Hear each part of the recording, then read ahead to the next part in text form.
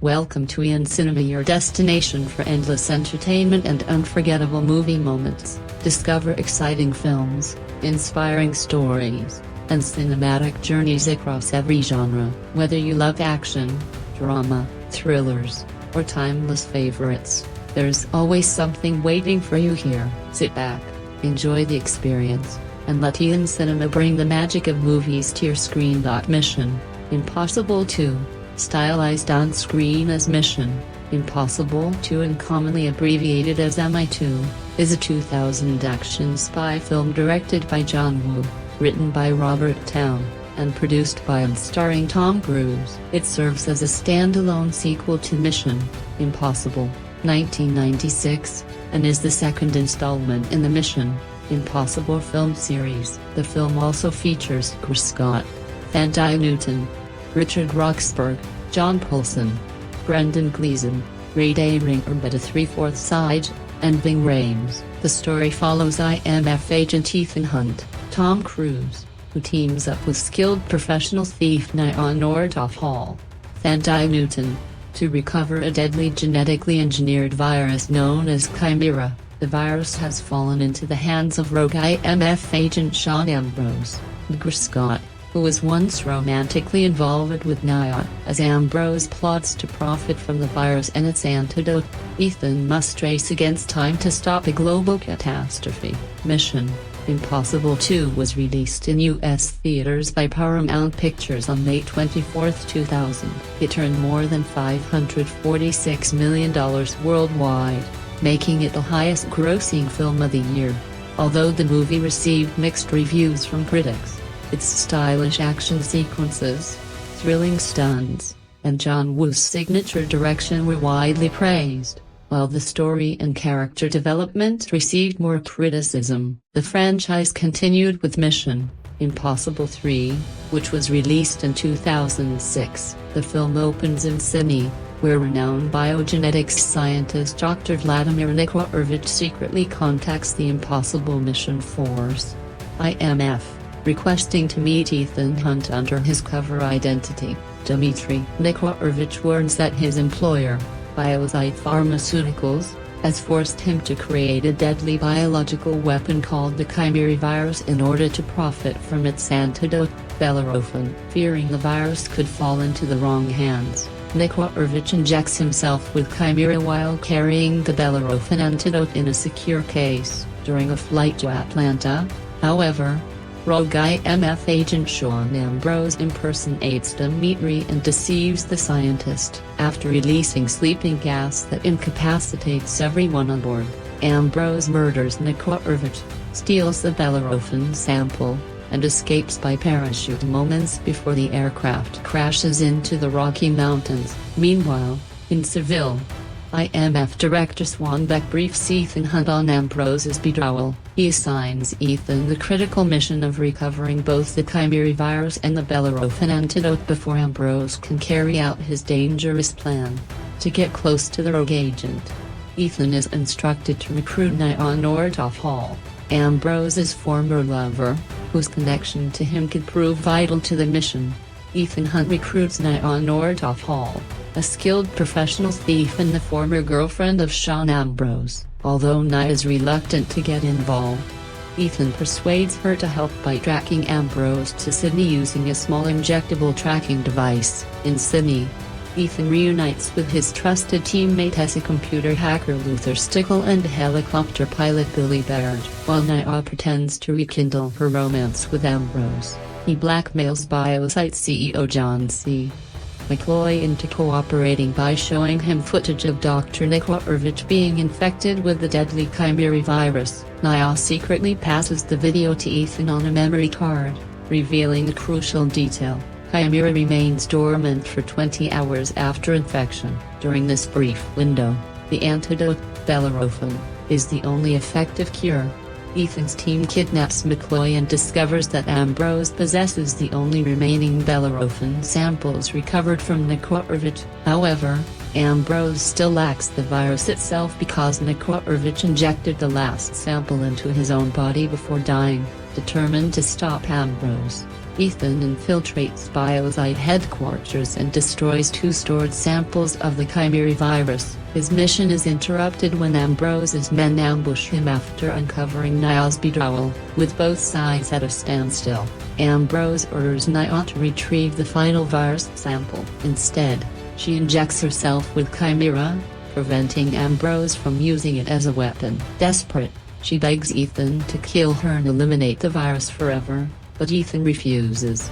He escapes, promising that he will find the cure and save her. Ambrose releases Niall into the streets of Sydney, expecting the virus to spread and trigger a global pandemic. Meanwhile, at Biosite's storage facility on Bear Island, he offers to sell Bellerophon back to McCloy in exchange for enough company stock to become Biosite's majority shareholder, allowing the 2 men to profit enormously from the crisis.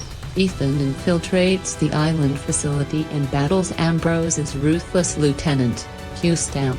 Stamp appears to capture Ethan and delivers him to Ambrose, who immediately executes the prisoner. Moments later, Ambrose notices a bandaged finger on Stamp's hand, the same finger he had previously injured with a cigar cutter. He suddenly realizes he has been deceived. The man he killed was actually Stamp disguised as Ethan using an IMF facial mask, while the real Ethan has escaped with the Bellerophon samples. Furious, Ambrose and his remaining men chase Ethan onto the Australian mainland. Ethan defeats Ambrose's forces, while Luther and Billy search for Niall, who has wandered to a cliffside intending to take her own life before the virus can spread. The final confrontation takes place on a beach, where Ethan and Ambrose engage in a brutal hand-to-hand fight.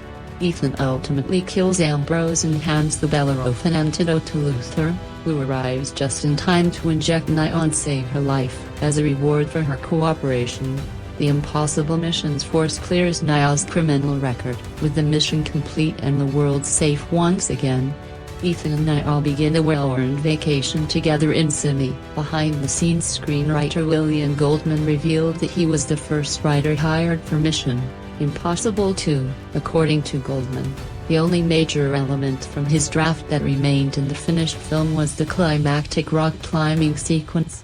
He later admitted that he struggled to create a compelling villain, a challenge that was ultimately solved by Robert Towne. Towne also explained that several of the movie's major action scenes had already been designed before he joined the project and before the screenplay had even been written. Ving Rhames returned as Luther Stickle after leaving Any Given Sunday because of production delays. Meanwhile, Ian Cullen was offered the role of IMF Commander Swanbeck but declined. Instead, he went on to play 2 iconic characters at the same time: Ian Magneto in X-Men and Gandalf in the Lord of the Rings trilogy.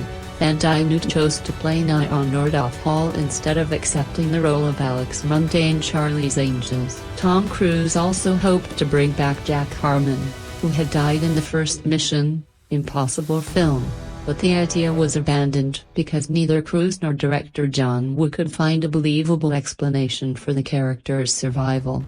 An earlier screenplay by Randall D. Moore and Brandon Braga included Willie Armitage as a member of Ethan's team, although the role would have been recast with a younger actor instead of original Mission Impossible television star Peter Lupus. One of the film's most memorable scenes features Tom Cruise free solo climbing at Dead Horse Point State Park in Moab, Utah. The studio was concerned about the risks involved, but Cruise insisted on performing the sequence because he believed it was the perfect way to reintroduce Ethan Hunt.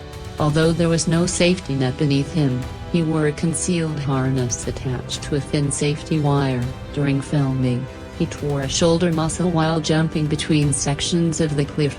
In a 2020 interview, Thandai Newton reflected on her difficult experience filming the movie, particularly the balcony scene with Tom Cruise. She recalled that Cruise was under immense pressure to make the sequel a success and often appeared stressed on set, frustrated with the dialogue, The two actors decided to reverse roles and perform each other's parts as a rehearsal exercise. Newton later said the approach did not help her performance and instead left her feeling intimidated, anxious, and deeply insecure during filming. After filming wrapped for the day, Thandai Newton called director Jonathan Demme to tell him what had happened on set. Reflecting on the experience later, she spoke compassionately about Tom Cruise, saying, "Bless him." She explained that she genuinely meant it because he was doing everything he could to make the scene work. The production faced several setbacks, including screenplay revisions, budget issues, and promotional commitments for Eyes Wide Shut, which forced the cast and crew to pause filming. At the same time, scheduling conflicts and injuries Scott suffered in a motorcycle accident prevented him from accepting the role of Wolverine in X-Men. One of the film's most memorable moments is the climactic fight between Ethan Hunt and Sean Ambrose. To make the sequence as authentic as possible, Tom Cruise insisted on using a real knife instead of a prop. The knife was attached to a safety cable and precisely calibrated to stop just a quarter of an inch from Cruise's eye. Cruise even asked Scott to thrust the knife with full force, thrusting the safety rig to create the intense, realistic effect seen on screen. The original score for Mission Impossible 2 was composed by Hans Zimmer, with haunting vocals by Lisa Gerrard. The soundtrack also features several contemporary rock tracks, including Limp Bizkit's hit version of the classic Mission Impossible theme, Take a Look Around, and Metallica's I Disappear. During Ethan Hunt's rock climbing sequence, a remixed version of Zap Mama's Echo Echo adds energy to the scene. Speaking about the music, Zimmer revealed that he composed the film's love theme about 6 weeks before production began. After discussing the story with the filmmakers in Australia, he felt the emotional core centered on two men competing for the same woman. Because of that, he encouraged the record label to feature female artists whose voices would evoke the mysterious, seductive qualities of sirens. Instead, most of the soundtrack ended up featuring male-fronted heavy metal bands. Zimmer later joked that his original vision would have resulted in both a stronger soundtrack and an even better film. In 2024, Collider writer Diego Pineda Pacheco highlighted Mission Impossible 2 as one of Hans Zimmer's most underrated film scores, particularly praising the music during the famous injection scene. He noted that the score's Spanish-inspired style gives the film's central romance a distinctive sense of passion and intensity. The film's teaser trailer debuted online and in theaters alongside Sleepy Hollow and The World Is Not Enough in November 1999. A full theatrical trailer followed on March 10, 2000. Mission Impossible 2 was originally scheduled for release on December 17, 1999, but was postponed to the Memorial Day weekend, premiering on May 24, 2000. As part of a promotional partnership, Universal Pictures and Paramount agreed to attach the trailer for How the Grinch Stole Christmas to Mission Impossible 2 screenings.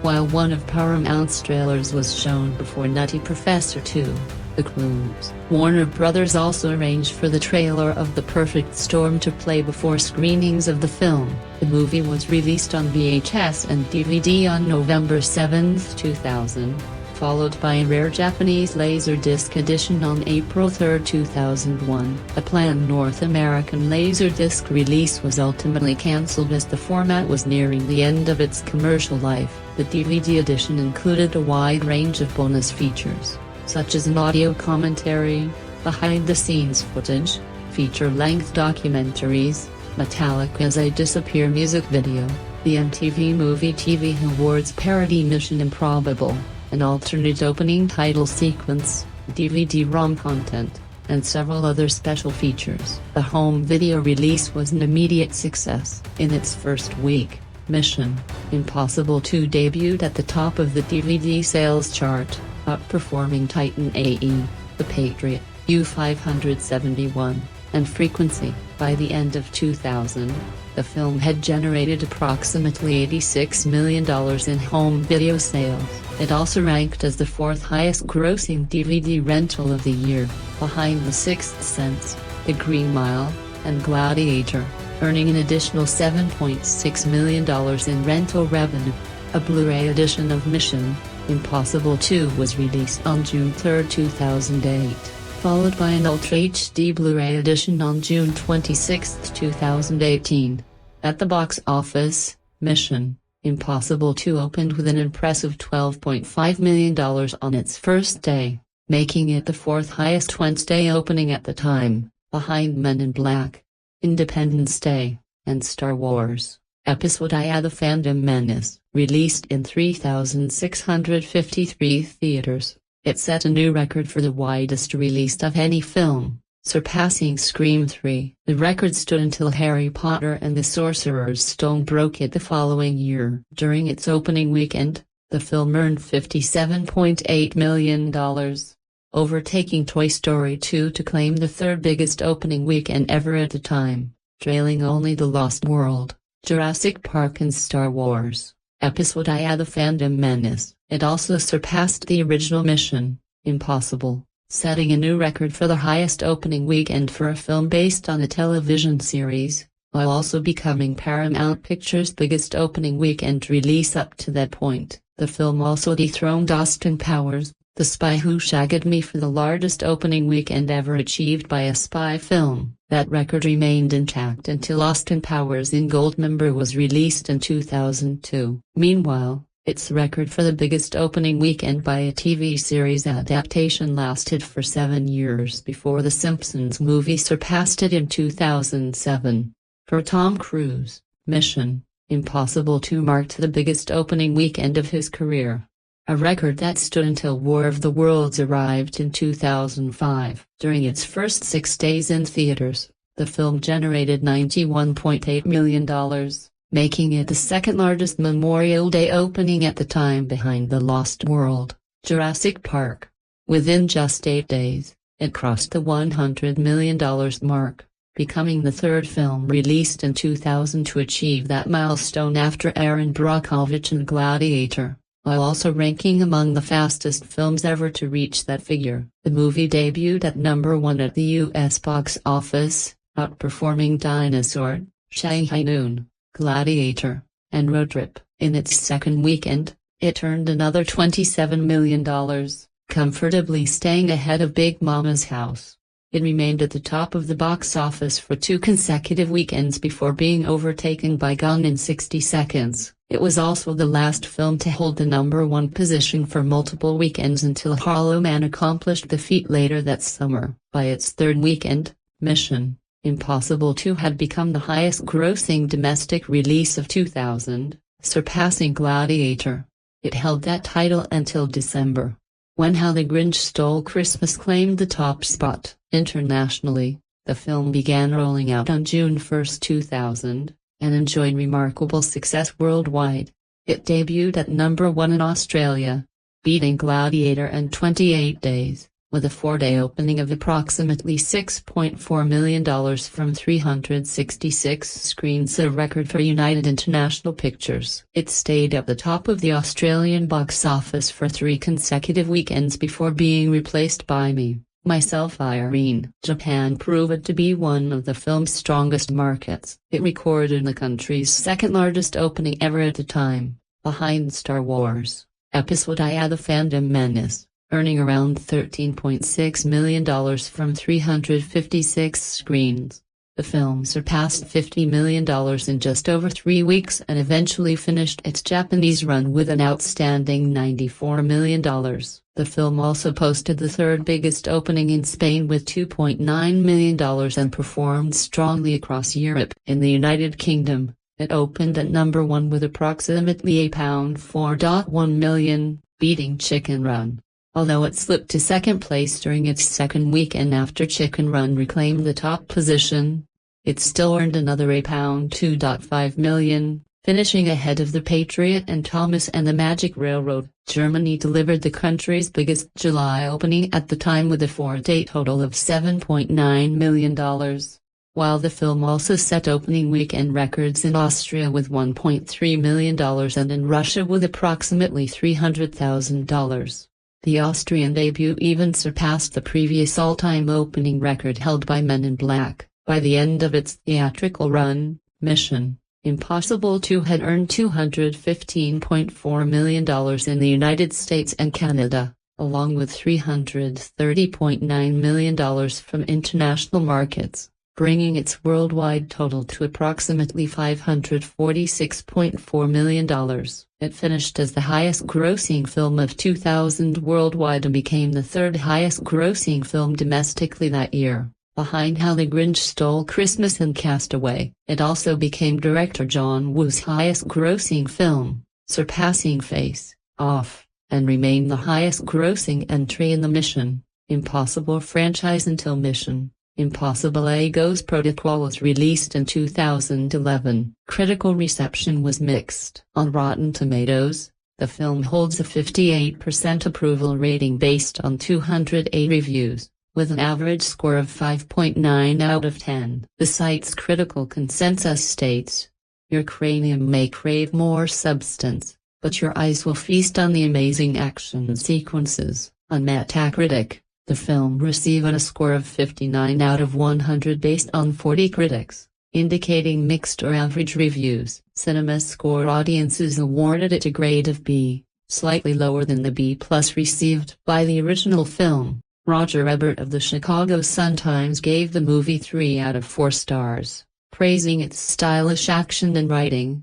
If the first movie was entertaining as sound, fury, and movement, this one is more evolved, more confident, more sure-footed in the way it marries minimal character development to seamless action. Sean Levy of the Oregonian awarded the film a B+, commenting that anyone who had ever wished to see acclaimed action director John Woo make a James Bond-style film could stop wishing. As Mission: Impossible 2 delivered exactly that experience. In contrast, Jeffrey Westhoff of the Northwest Herald gave the film 2.5 out of 4 stars, observing that while the original Mission: Impossible could be confusing because its plot moved too quickly, the sequel was confusing because its story barely moved at all. Critics were divided in their opinions of Mission: Impossible 2. Owen Gleiberman of Entertainment Weekly described it as an entertaining, disposable thrill that nevertheless succeeded as a spectacular action film. Jack Matthews of the New York Daily News praised the strong on-screen chemistry between Tom Cruise and Thandai Newton, highlighting Newton's impressive performance after previously being cast mainly in historical and dramatic roles such as Sally Hemings in Jefferson in Paris and the title character in Beloved. Ella Taylor of LA Weekly admired the film's breathtaking set pieces, calling every car chase, plane crash, and near-fatal cliff sequence a graceful and surprising spectacle. Deason Howe of The Washington Post applauded director John Woo for his masterful use of modern filmmaking technology to create visually stunning action scenes. Mark Savlov of the Austin Chronicle described the movie as the ultimate summer blockbuster, calling it fast-paced, exhilarating, and delightfully mindless entertainment. While he felt it didn't quite reach the heights of Woo's Face Off, he still considered it superior to most other action films of its time. J. Oberman of The Village Voice, however, viewed it as an overly absurd thriller packed with unnecessary plot devices and predictable James Bond-inspired cliché copyright-s. Steve Purcell of the Tampa Bay Times argued that John Woo directed Mission: Impossible 2 too cautiously, suggesting that despite previously directing Broken Arrow and Face Off, he still seemed to be introducing himself to American audiences.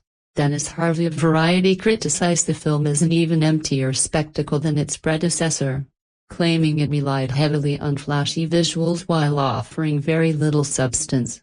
Jonathan Rosenbaum of the Chicago Reader also felt that neither the heroes nor the villains carried any real moral weight. In a retrospective review published in 2012, Brad Brevet pointed out that the film shares several notable plot elements and themes with Alfred Hitchcock's 1946 classic Notorious. Despite its mixed critical reception, Mission: Impossible 2 earned recognition during awards season. It won the MTV Movie Awards for Best Male Performance, Tom Cruise, and Best Action Sequence. It also received 2 Golden Raspberry Award nominations for Worst Remake or Sequel and Worst Supporting Actress for Thandai Newton, though both awards ultimately went to Book of Shadows, Blair Witch 2 and Kelly Preston for Battlefield Earth. The film was further nominated for a Stinker's Bad Movie Award for Worst Song for Limp Bizkit's Take a Look Around, losing to the Bahamens Who Let the Dogs Out from Regrets in Paris. Tom Cruise also received Teen Choice Award nominations for Choice Movie Actor and Choice Summer Movie,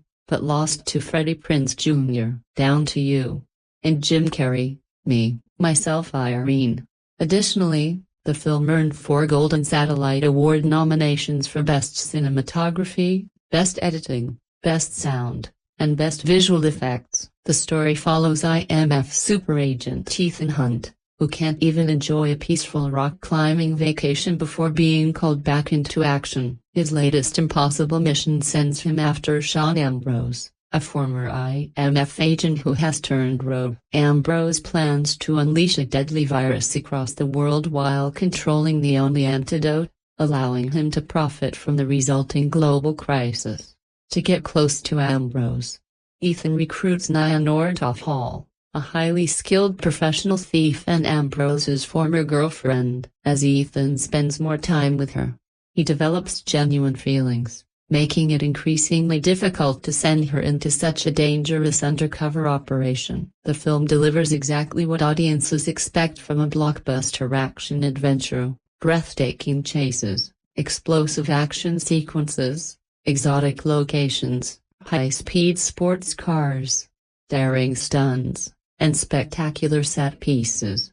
While its formula closely resembles that of a classic James Bond film, Ethan Hunt stands apart as a more compassionate and morally driven hero, making him easier to support throughout the story. In the end, the villains are defeated, the deadly virus is stopped, and the world is saved, leaving the door open for another sequel. One of the film's strongest positive qualities is Ethan Hunt's moral restraint. Unlike James Bond, who often uses lethal force with little hesitation, Hunt avoids killing whenever possible and resorts to violence only in genuine self-defense or when absolutely necessary. Even his enemies recognize this trait, predicting that he would rather attempt an impossible rooftop infiltration than risk harming an innocent security guard. Hunt consistently shows concern for innocent people caught in dangerous situations and prefers disabling his opponents instead of killing them.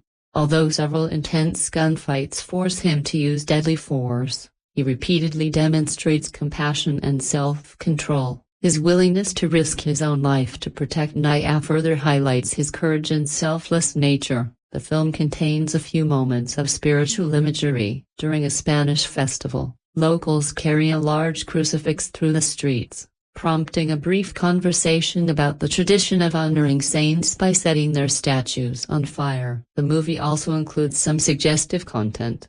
Ethan Hunt and Nia first meet while she is attempting to steal an expensive necklace. When the owner unexpectedly returns, the two hide together in a compromising position to avoid being discovered. Shortly afterward, Ethan openly flirts with Nia and makes a romantic advance, establishing the attraction that develops between them throughout the story. Nia jokes that the invitation comes on awfully short notice and teasingly asks whether they should wait a more respectable amount of time. Hunt simply asks why, and she replies with a smile, "Who wants to be decent?" The following morning, the audience sees the couple together in bed, implying they spent the night together. Later, Nia changes clothes in front of Ambrose, who watches her with obvious desire. He grabs her arm, suggesting he expects a sexual encounter before she quickly covers herself again. Hunt initially doubts whether Nia can convincingly rekindle Ambrose's interest. However, his superior dismisses those concerns with a blunt remark, suggesting that all she needs to do is seduce him. He comments, "She's a woman. She's got all the training she needs." The film contains frequent action violence, although it rarely becomes excessively graphic. Gunfights, explosions, fiery vehicle crashes, and large-scale destruction occur throughout the story. The Doctor's neck is broken, and viewers briefly see disturbing images of one victim who has died from the deadly virus and another who has been brutally murdered and hidden inside a suitcase. Numerous characters are shot, several at close range. Ambrose cruelly cuts off the tip of one associate's finger using a cigar cutter. He and his team hijack a commercial airliner, parachute to safety, and deliberately send the aircraft crashing into a mountainside, killing everyone on board. In another sequence, a truck destroys a car full of villains. The movie also features extensive hand-to-hand combat filled with bone-crunching blows. Much of the action is presented using either rapid editing or John Woo's signature slow-motion style. Director John Woo explained his approach to action by saying that he likes to make action scenes highly emotional through slow motion and a sense of romance. He views action almost like ballet and, at times, even like a cartoon. As a result, the violence is stylized and visually glamorous rather than realistic. Strong language is relatively limited. With just over a dozen profanities, the film contains no F-words, although the insulting term bitch is used several times by the misogynistic Ambrose when referring to Nia. Alcohol use is minimal, with Ambrose and a few supporting characters seen drinking. Other questionable elements include gambling at a racetrack. Nia is portrayed as a skilled thief whose criminal record is erased after she agrees to assist Hunt and his team. The iconic Mission Impossible theme receives a modern makeover with bursts of electric guitar, immediately grabbing the audience's attention. Combined with Tom Cruise's magnetic screen presence, spectacular stunt work, and thrilling action sequences, the film has all the ingredients of a major summer blockbuster. Anthony Hopkins makes a brief but memorable uncredited cameo, while Dougray Scott delivers a convincing performance as the ruthless Ambrose. His menacing villain is a striking contrast to the charming prince he portrayed alongside Drew Barrymore in Ever After. Despite its exciting action, the film is difficult to fully recommend. While undeniably entertaining and packed with adrenaline, the sequel relies too heavily on its body count. Exciting action does not require so many deaths. And Mission Impossible too often crosses that line. The movie also includes implied casual sex and occasional suggestive dialogue, elements that send questionable messages. Hopefully, the next installment, Mission Impossible 3, would strike a better balance. Before the movie even began, I found myself sitting in a dark theater listening to the four people in front of me passionately debate the science of transporter technology. They argued about whether transporting someone's atoms to the surface of the sun would be worthwhile if there were a chance of reassembling them afterward. Soon, a couple beside me joined the discussion, theorizing about time travel, temperature, and how a murderer might use a transporter to create a perfect alibi by appearing at a poker game both before and after committing a crime. My confusion only grew when three more people behind me started debating whether it would even be possible to reassemble the atoms of a living organism, insisting that only inanimate objects could be reconstructed because living beings are constantly in motion.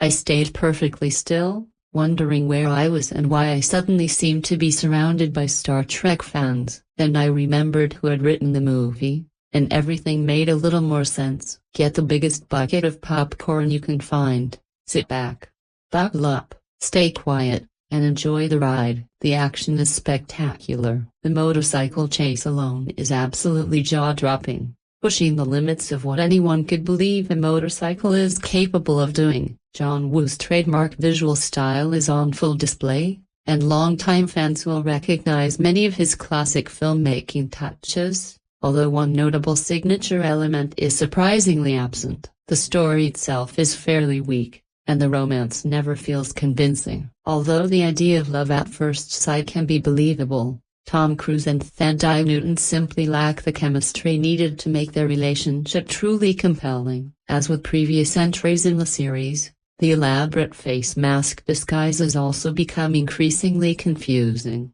making it difficult to tell who is really who. The bad guy Scott, known for his memorable appearances in Ever After, A Deep Impact, and Princess Caribou, Was mean enough as the former IMF guy water ingredient decided to threaten the world by selling the antidote to a lethal lab-created virus to the highest bidder. Yada yada. As I said, kind of a lame story, but I always love via technology, toys, and some of the most unbelievable action stunts ever. I was so disappointed that Tom Cruise didn't walk out of a hospital holding a baby with a cigarette in his mouth, because that would have been a signature and a half. Rains was kept in the background, and Dia would have liked to see him have more presence on the screen. And Anthony Hopkins, I have no clue what he was doing in the 3 minutes he was in the movie. For his part, really, music anyone would have done. They should have saved the money and put it towards a better screenplay. But it is a great action movie and must be seen on the big screen to be truly appreciated. The locations were spectacular and majestic, although I could tell the truckers weren't thrilled that the Enterprise didn't show up to save the Earth this time. The rule about sequels never being as good as the first film does not apply here. This looked and felt better, and I look forward to seeing the next one. TC Editor. The film sums up both the best and the worst of Hollywood cinema. It's gloriously excessive, and anyone who denies that they felt adrenaline surging through their bodies for the entire last 38 minutes should be checked for a pulse. However, it is an astonishingly empty movie, particularly in a first half which completely fails to go anywhere. This is largely down to Thandie Newton, who holds back every scene in which she appears. And the supposed appeal of her squashed little features is entirely lost on me. Once she is moved aside, Jana Wu is allowed to roll up his sleeves and hurl set piece after set piece at the camera. At times, it's unclear whether he is sinking into cliché or engaging in a sly self-parody.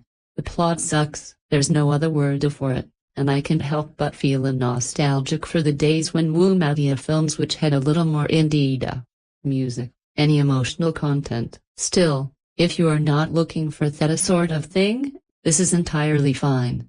If you remove an early scene where Tom Cruise's long-haired hero, Ethan Hunt, receives his your mission, should you choose to accept it message via a sunglasses, after which he throws the will self-destruct in 5 seconds message at the viewer as it explodes. If only 3D were popular, then there's almost no connecting the dim with mission. Music impossible to Brian De Palma's virtuoso predecessor from 1996 nor even the original CBS television series from the 1960s. Directed by Hong Kong action maestro John Woo, the 2000 film reduces the franchise's spy thriller origins into a brainless action movie packed with the standard isms from overused slow motion to random doves. From motorcycle chases to mid-air shootouts with a guna in each hand, Wu slathers on his directorial signatures. Music, making of this big-budget sequel even more confounded than its unintentionally silly, humorless, run-of-the-mill plotline alone. Music, which is a considerable sum. True, Wagonra Productions and Paramount Pictures sought a sequel strong enough to stand alone rather than pick up precisely where Dielma's film left off. In part, this was a reaction to a widespread belief that Dielma's Mission Impossible lacked personal motivations for its characters. But more significantly, it lacked action and sex, all those kiss-a-bang-bang qualities that appeal to commercial audiences. As a result, the filmmakers resolved a change in tone, a shift in directorial style, and a more actionized plot for their second go-round. And so rather than try something matchless, as De Palma had done, the producers countered with a mainstream overkill by hiring Wu. Ozzy recent hits Broken Arrow, 1996, In Face, off a 1997 comedy suggested the director's Hollywood career would be just as successful commercially, not artistically, as his Hong Kong films. But from day one, bringing on Wu pigeonholed the production into mere John Woo film territory and nothing more. Naming it Mission Impossible only rubbed salt in the wound of franchise fans. Roberta Town, who contributed to the original story, wrote the script. Several other writers tinkered here to in full James Bond mode. yet with a tonal sedateness that sought to heighten the viewer's involvement through typical devices, namely a love interest and end-of-the-world stakes. Wu added his own contributions by elaborating on the story to allow for maximum action, including multiple car chases, late mask reveals, and gunfights galore, due to disagreements over the script and the reported creative clashing between Cruise and Wu. Production shut down for nearly 2 months as the script was retold. This became most unfortunate for Dougray Scott, playing the film's villain. Scott was originally cast as the iconic superhero Wolverine in Bryan Singer's X-Men 2000, which was scheduled to shoot immediately after MI2 as it became known.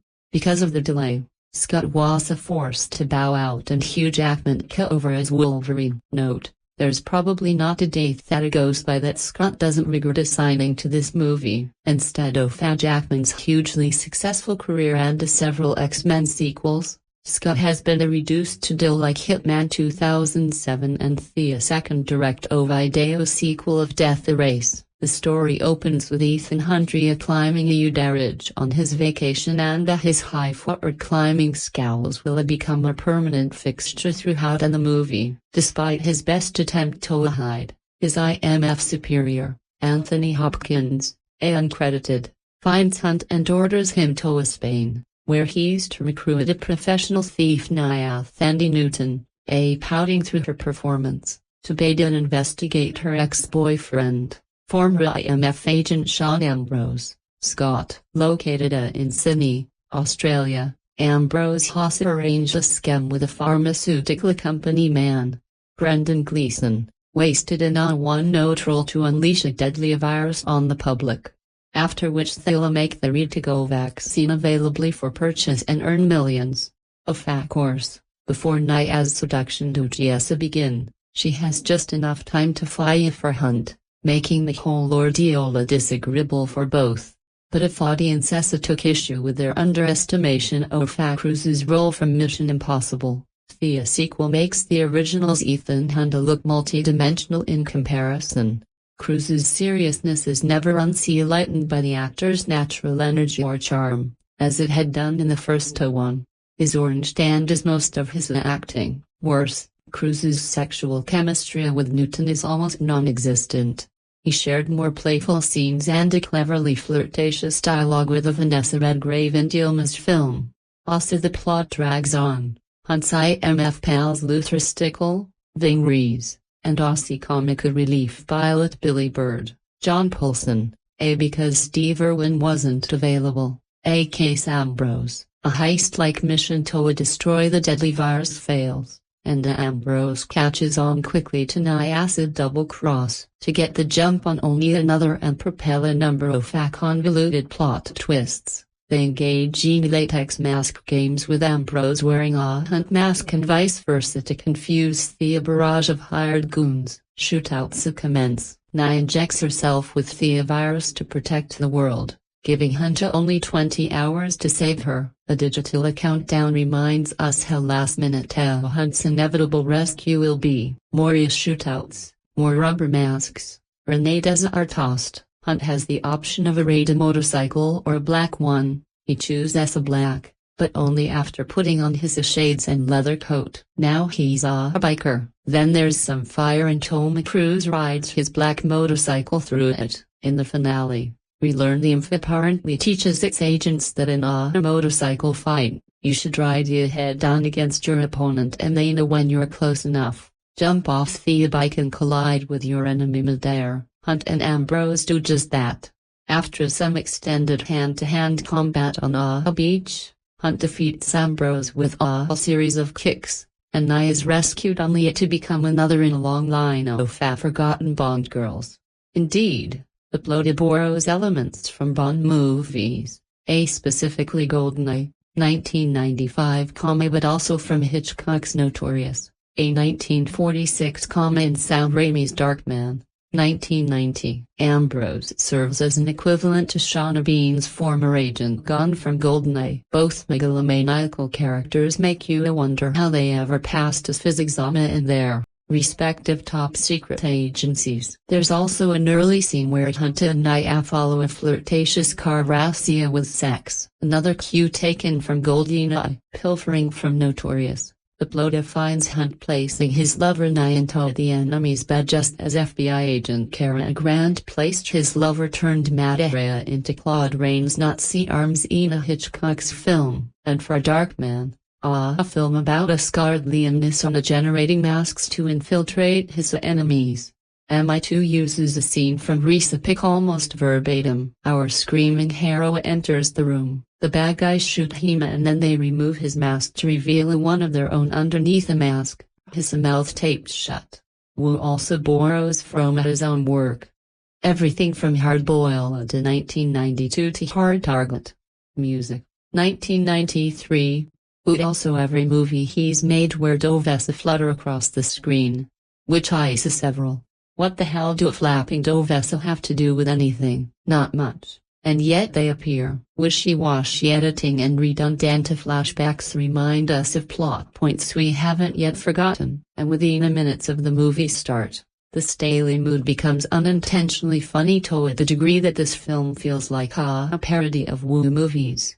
Overall, Wes' technique plays to the lowest common denominator. Even the soundtrack is an indication of the inferior intelligentsia at work, whereas Mission Impossible employed Danny Elfman and YouTube band members Larry Mullen Jr. and Adam Clayton. The sequel goes simple and includes an electric guitar score from Hans Zimmer with contributions from metal bands Limp Bizkit and Metallica.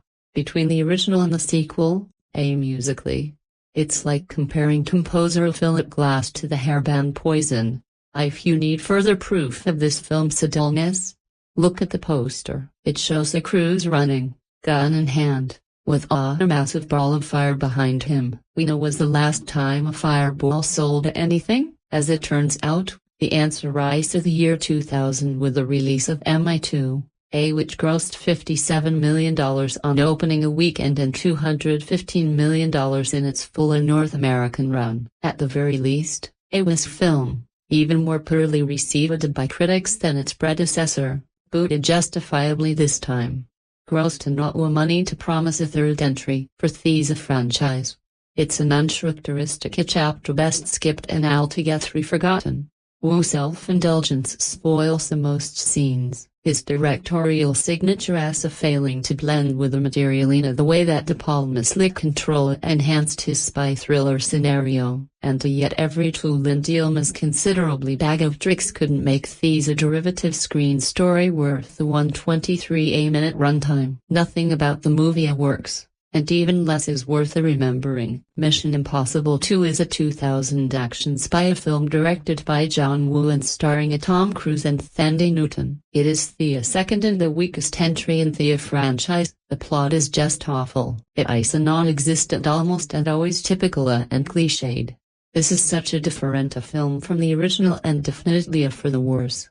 There are no memorable moments here whatsoever and everything is tired, repetitive and even repeated from before. It is a basic uninspired action bore that is difficult to watch. The characters are also incredibly boring and Ethan Hunt is even weaker this time around. The newly introduced Nia is so poor as this typical female character that is so forgettable as I see the entire movie. Speaking of female characters, this film has such a strong sexist overtone that bothered me so much.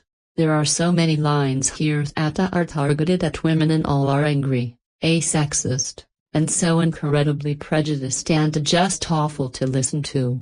They portray the women here as lying thieves who sleep with men just to trick them. That is such an embarrassing approach, especially for a movie made at the turn of the century. The acting is okay, Thandie Newton is okay, if nothing special. And Tom Cruise is naturally the highlight once again, as he is so good in his performance and action. Of course, but still, not one of them delivers a particularly strong performance, and Anthony Hopkins himself is quite underused. I don't understand why he agreed to do this movie as it is so clearly below him. The action is the biggest reason why this film fails miserably. It is just so boring and so bad. None of it is memorable or unique in any way, and some scenes just steal it from the original, which is so derivative. Yes. Comparing it to Mission Impossible. Mission Impossible 2 is much weaker, as it has not one unforgettably and inspiring scene at all. Of it is more tedious and definitely more flat. I dislike this film so much as it is so weakly edited and directed as well, and even that iconic score isn't used that much. Tom Cruise is back as the odds-defying spy Ethan Hunt in Mission Impossible 2, as expected. Director John Woo delivers plenty of hard-hitting action, explosions, and daredevil driving to boot, but MI2 overall disappoints. My impossible mission was suspending a disbelief long enough to appreciate the action sequences of Hunt avoiding death while free climbing in Utah, or navigating a crotch rocket through icy traffic and back roads while still sharpshooting, or numerous other ridiculous sequences. The formula of this movie seems to operate on the equation that action plus Tom Cruise equals good flick. Too bad it doesn't pan out that way. In the opening, we find Hunt climbing in a vacation, a man alone in the rugged wilderness. After successfully completing an impossible climb, a helicopter approaches and his next mission is delivered. Hunt is to find 3 team members to accompany him. He chooses 2 male experts, Ving Rhames and John Polson, after merging with the sultry master thief Nyan Sevilla Spana than Dewi Newton and convincing her to join up with him in saving the world by putting a stop to a deadly virus about to be released. Of course, she plays hard to get at first, but the two quickly find themselves in bed together. No nudity. He falls for her and vows to protect her. She becomes the bargaining chip and faces certain death unless Ethan can save the day. Cheesy music, if you ask me. Quickly, the team finds themselves in Australia in search of the evil turncoat Sean Ambrose Dougray Scott, who has nasty plans to make a load of money. After violently stealing the brand new virus from a German scientist of a Sydney-based pharmaceutical company, Ambrose plans to sell the virus and vaccine to the highest bidder. After the release of this deadly virus, everyone in the world will have 2 choices: vaccinate or die. It sounds simple, but it really isn't. The plot becomes confusing and muddled. Only a minor vehicle for the intense action and cool photography. While the high-tech gadgets were cool, it seemed to be a cop-out when both Hunt and Ambrose kept switching faces and voices. Sure, it looked real when they pulled off their faces, but it is a hard sell to buy. If only the rest of the film had been as good as some of the world-beat music woven into the film. There are about a dozen instances of offensive language, including misusing a god's name. Sex is implied in 2 instances, though there is no nudity. Sexual innuendo is also present, though not abundant. The violence is extreme, with some brutal fight scenes and plenty of explosions, car chases, and the like. Unless you're a die-hard fan of Cruise, John Woo, or the old Mission Impossible TV series, I suggest skipping Mission Impossible 2 in the theater. It may be worth a look on video if Impossible Bond-style action is appealing to you. To the film style of director John Woo, Tom Cruise was decent. He delivered more than a strong enough performance to make the most of the material and over the cinematic moments in the storyline. His best moments were without question his stunts that were clearly taken to the next level in regards to the first film. Cruise was hanging off the side of cliffs, diving out of buildings and helicopters, and the sequences were easily eye-popping and attention-grabbing. Anthony Hopkins was enjoyable as the arrogant boss, and he was able to add a small yet impactful element to this film despite his lack of screen time. Ving Rhames was back, and it was fun to see the continuation of his friendship being built with Cruise's character. Rhames was smooth again in his delivery of Luther and once again gave the story a lighter side character. John Polson was definitely enjoyable as a hint of comic relief, and he did provide for a couple chuckles, but the change to Simon Pegg in future films was a clear upgrade. Going back and watching this one again, you can only think of Pegg and how Polson is funny at times. He is just not as good as Pegg has been in his additions to future works. Dougray Scott was believable as the antagonist. Music. His delivery was annoying in some scenes, but he still managed to convey the persona of a capable, dangerous man. Thandie Newton was decent as well, but I felt her role was way too underwritten. She came off very bland and underdeveloped. Her dialogue could have been much more deeper to actually sell her as Thea herself, which this film clearly did not do. The story in the sequel was also the simplest of the series. It was a passable script for a traditional action film, but not a suitable entry in the Mission Impossible series. On the positive side, the simply script was loaded with more than enough action to pass the time, where a thought-provoking script was lacking. The script was too focused on a lovey story, and while it had its moments, it came across as too neat of a convenience to make for a plot twist early in the film to try and build some kind of fast suspense. I can understand the character of Ethan Hunt growing over time, and when he was younger could have made some mistakes. But despite the beauty of the female lead, it's implausible he would have choose his actions as the story did for him. But love at first sight. I guess I can roll with it, given the film forced that notion in full Hollywood cheesiness during a few different moments that came off as chuckleworthy. Their cinematography was both very good and very bad at different moments, unfortunately, more on the latter. Do not get me wrong. There are some amazing action-filled moments from well-captured motorcycle chase, great camera work in the creation of the traditional impossible mission in the second act. Added to the mix was a beautifully shot scene with Cruise rock climbing in Utah, and a plethora of shootouts and fistfights. On the downside, director John Woo let his trendy, only at the time, a film style get the best of him. There are some classic Woo flicks out there. But this was not one of them for me. This turned out to be one of his more forced projects. And with such a directorial main stage alongside Cruise in the summer of 2000, it was an opportunity wasted. There were simply too many forced and cheesy moments film style-wise that did nothing but hinder the quality of the action that was being filmed. The amount of slow motion filming was so overdone, it became laughable. John Woo does have a great creative eye, but during this project, he just tied too hard to audiences that the music, abundance of stylistic action, pacing, and overly dramatic score during some of the moments come across as eye-rolling did. The overuse of styling was not a complete hindrance, and in Woo's efforts, there were some visually stunning shots and simply additions to common movie moments that did add some allure. However, with the amount of tricks he tried and the choice of music for the film score, he completely missed the tone and vibe the rest of the films bring. In the end, Mission Music Impossible 2 had some moments and is a fun turn your brain off action film that packs plenty of action and adventure. Only movies with these title are not supposed to be brainless and filled with shallow characters, overacting, and forced moments that might have worked at the time, but come across as slightly kiddish today. It was still a better than average action romp, and the Cruise give his all to make the film seem as realistic as possible. For that, this film is not a complete waste and still a fun enough entry in the franchise. More grows forgettable as each new movie hits cinemas.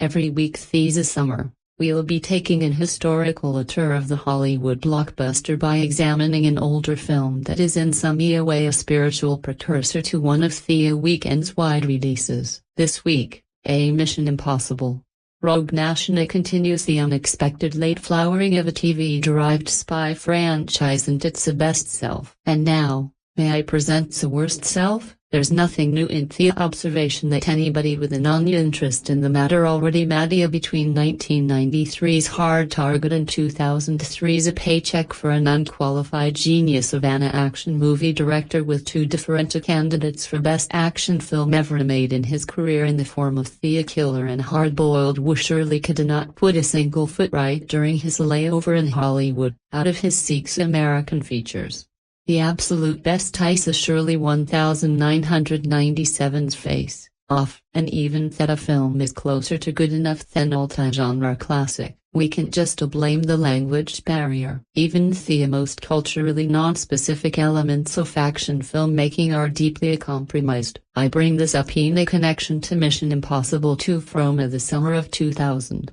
Both because it is possibly my least favorite of Wu's American films, though that is a competitive race, and because it so beautifully typifies how badly he was fumbling the basic skill that he had so recently used better than just about anyone else living. MI2, I had forgotten how beastly the abbreviations of the titles for this and Mission Impossible 3 looked. Was a movie literally conceived around its action set pieces. This was not merely something the filmmakers weren't ashamed of. They broadcast it like it was a proof of how focused they were on a great action experience. Now that it's standard operating procedure for the Mission Impossibles to construct their narratives exactly this way, it's easy to lose track of how a thoroughly dangerous strategy this is, because there is a very strong possibility that you end up with a story exactly like the one MI2 suffers from. But my present concern isn't the film's storytelling woes. The thing is, if you make a point of coming up with action sequences along which to strong a narrative rather than the other way around, it stands to reason that the action will be pretty, terrific, right? And MI2 can even get at it right. It has one gunfight scene that is so far as you can make it out through the choppy editing, solid middle tier woo, and the climax involves one very impressive knife fight stunt and some fantastical wire work that is so far as you can make it out through the outright incoherent editing, daunting and impressive and poetic. But that's pretty much it, unless you count the early rock climbing scene. That's more of an amuse-bouche than an action sequence proper. There's a ghastly car chase sort of fast sequence that doubles as the two main characters flirting, and it is utterly dumb and plagued with slow motion. The film as a whole is plagued with slow emotion. Like Wu decided it was his thing and never stopped to wonder if it belonged in this shot or that shot particularly. And there's a scene that it tries much too hard to remind us of the exquisite suspended in the computer room scene from the 1996 Mission Impossible, undone by familiarity and the worst visual effects of the whole movie. And when all is said and done, none of these things represent nearly a large percentage of the 123-minute running time itself, cut down savagely from was a mythological intended cut of some 3.5 hours, which is largely devoted to inching through a bare-bones plot, even if it's being polite. The first 33 minutes of the film aren't inching, they're just stopped there. Staring earnestly as the characters repeat the exact same beat for 20 minutes.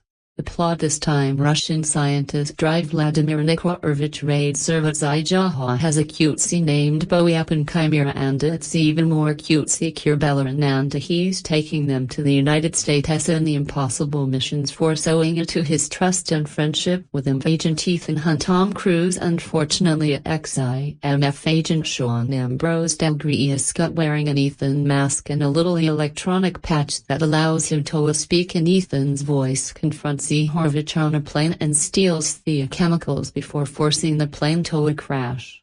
Naturally enough, Ethan himself is assigned by MF executive Swan Beska Anthony Hopkins somnambulant to track down Ambrose with one curious point of fan insistence. Ethan can pick whatever IMF agents he wants, but he absolutely must also recruit the civilian con artist and thief Nayanar Hall, Thanja Newton. And here the film walks out of the room right in the middle of a sentence. Music, leaving us all baffled as to whether we should follow it or just wait there for it to come back. Anyway, music.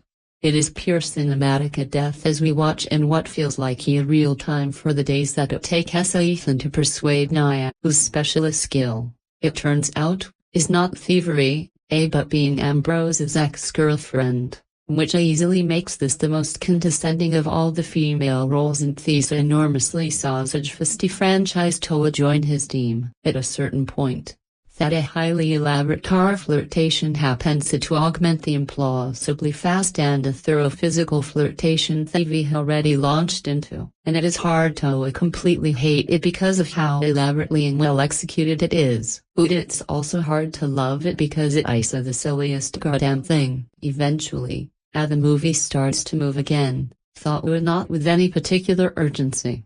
What happens in the remaining 3 hours of the film is frankly a bit unfocused. We know all along that Ethan wants to stop Ambrose from using an apocalyptic weapon, but not always how this or that particular scene is going to aid him in that goal. On paper, this is all marvelous. Wu and screenwriter Roberta Town. Music, working from a star originally by Ronald D. Moore and Brandon Braga are more interested with the lingering on moments and characters and allowing production designer Tom Sanderson, cinematographer Jeffrey L. Kimball to stage beautiful collages of color and delight and kinetic movement. It's a massive tempo action movie that wants to attend to small poetic moments in the background and allow the characters to inhabit moments. And what's noted interesting about that in practice everything part of it surely is that the film was cut down so dramatically as suggesting that what's left is a connective tissue more than narrative movie, but part of it is just plain old Iraqi confused filmmaking. Certainly, the film's editing by Stephen Keir and Christian Wagner is as conspicuously lousy as it could possibly manage to be from the moment during Ethan's reintroduction on Utah mountaintops that the scene cuts between 4 different angles of his hand slipping in less than a second. The movie throws its load in with hectic clarity, demolishing over-editing, sometimes so giddy that it's almost fun in a bad way. The explosive cut to the Utah scene. A dancer spinning across the screen to create the gaudiest wipe I have ever seen in a professional motion picture. Hans Zimmer's score, I suspect it was urging. Also trips near to so bad it's a good territory with its searing use of a wordless female voice doing more than all the slow motion and all the doves in the world ever could to render was aesthetic as a self-parody. The performances are all over the map. Cruz plays his cocky, charming shtick with an unusual layer of uncertainty and inauthenticity. And Newton is astonishingly uncharacteristically led. Though with a role like that, how could she be otherwise? Scott is the most blank villain in a franchise that has had a fairly consistent villain problem. And the best thing about his presence here is that it prevented him from playing Wolverine in X-Men. And those are basically the only actors that the film cares about in the slightest. As for what it does care about, I cannot say. Wu's best films are all about movement of people relative to the camera and the violence happening around him. But MI2 is almost exactly the opposite of that. It is inert, subdivided into tiny little static moments cut together fast enough to synthesize kineticism. Visually, the film is soothing, not exciting. Exactly the wrong thing for an action movie of any sort to be. Or a sequel to a film, noted for its intense thriller sequences. Or a movie whose character beats are so generic that we just need to be distracted from them. Oh, it's pretty in its quasi way. The polish is there, but it's all in service to nonsense. Well, I never thought to say this, but this is the attack of the clones of the Mission Impossible franchise, a mostly dull and semi-unbearable movie only to be saved by the final half hour. For me, it's so true. The movie's central draw is the romance between Ethan and Nia, which no only really buys because it's so forced and quick in the beginning with nearly zero chemistry between the characters. I'm not kidding. Like their very first interaction of any kind is a long slow-mo stare through a bonfire. Literally, it's the love at first sight cliché, then it's him catching her in the middle of stealing a necklace, then an awkward on top, on bottom tub moment. And basically within the 5 minutes, 3 bumping uglies. And I'd swear to God, he was about to propose. I would have been angrier, but this was paced so damn quickly that by the time my brain processed an emotion, I was on the next scene and I'd forget to be angry or annoyed. Regardless. Because so much of Ethan and Nia's motivations are tied to each other's relationship, which is unbelievably shallow and contrived. You will never really care if she lives or dies. It doesn't help that she has very little development. Give Padme some credit. Despite the fact that she ends up marrying a dude that slaughters Sanda people, women, and children. Music. She at least has a character that we cannot understand. She wants to fight against those that would try to assassinate her and see her political ideas. Which area so close to being ratified or whatever, and is able to legitimately hold her own in a fight, arguably more capable than her own romantic interest. But Nia, she's literally just a chick for Ethana to save. I couldn't tell you one thing about Nia other than she's pretty and British, which is a huge disservice to Winterton, who is an otherwise good actress, and yet she's relegated to a role that one would find in an 80s action film. Misogyny. Got to love it. Oh. And don't get me started on a blatantly sexist line from Swanbeck to go to bed with a man and lie to him. She's a woman. She's got all the training she needs. I might have given the first film crap about the dumb mistakes, but this is a face pal of epic proportions. Ambrose is also a pretty lame villain, more akin to a child who doesn't like other kids playing with his toys and in a serious need of a spanking rather than a dude who is essentially an evil version of Ethan. He basically does evil things for no practical reason other than to show the audience that he's evil. It also doesn't help that the movie opens on a monologue that says, "Every hero needs a villain." Screenwriting 101. Kids. Unless you're writing an animated comedy or a campy superhero movie or a both, the word villain should never be in the dialogue. It's a highly old-fashioned term nowadays, whereas the demand for more complex and morally gray antagonists is higher than ever. The only reason why he's arguably one of the more memorable villains of the franchise isn't for positive reasons. It's because he scuts acting. Whether it's because he himself is a bad actor or we couldn't to give him direction worth it is so hammy and bad. And yes, let's talk about his style of direction here. Depending on how you look at it, his style either absolutely doesn't fit or fits almost too perfectly within a Mission Impossible, especially when you consider how over-the-top the franchise gets. Later on, not that any particular expert on this body of work, as I've only seen Hard Boiled, a 1992, and The Killer, 1989, but his use of slow-mo in this movie is beyond obnoxious. In fact, there's really only a handful of moments in the entire movie where you thought it worked. The epic dove flying through the flaming doorway with Ethana walking by, staring at Ambrose with the FKU look, and most of the over-the-top stunts during the motorcycle chase scene in the third act. But even that overstays its welcome during the climactic fistfight between Ethan and Ambrose. Beyond that, it's mostly useless. Also, seriously, since when was Ethan a kung fu guy? I mean, as a kicking, music, and flipping and, he didn't do that in the last flick. He's never done it since. Dumb. But entertaining. But like I said, I highly enjoyed the final act. I mean, you've got everything. Dual-wielding guns, explosions, kung fu, slow ammo, just a whole lot of over-the-top nonsense, with a big heaping dose of awesome. It's ridiculous, but I enjoy the final act with absolutely no irony in my tone. Really, the actions are the best parts. It's everything in between that's a chore to get through. By the way, I wanted to share a pointless story. So, if you want to skip ahead, just scroll past this paragraph and my review will close out.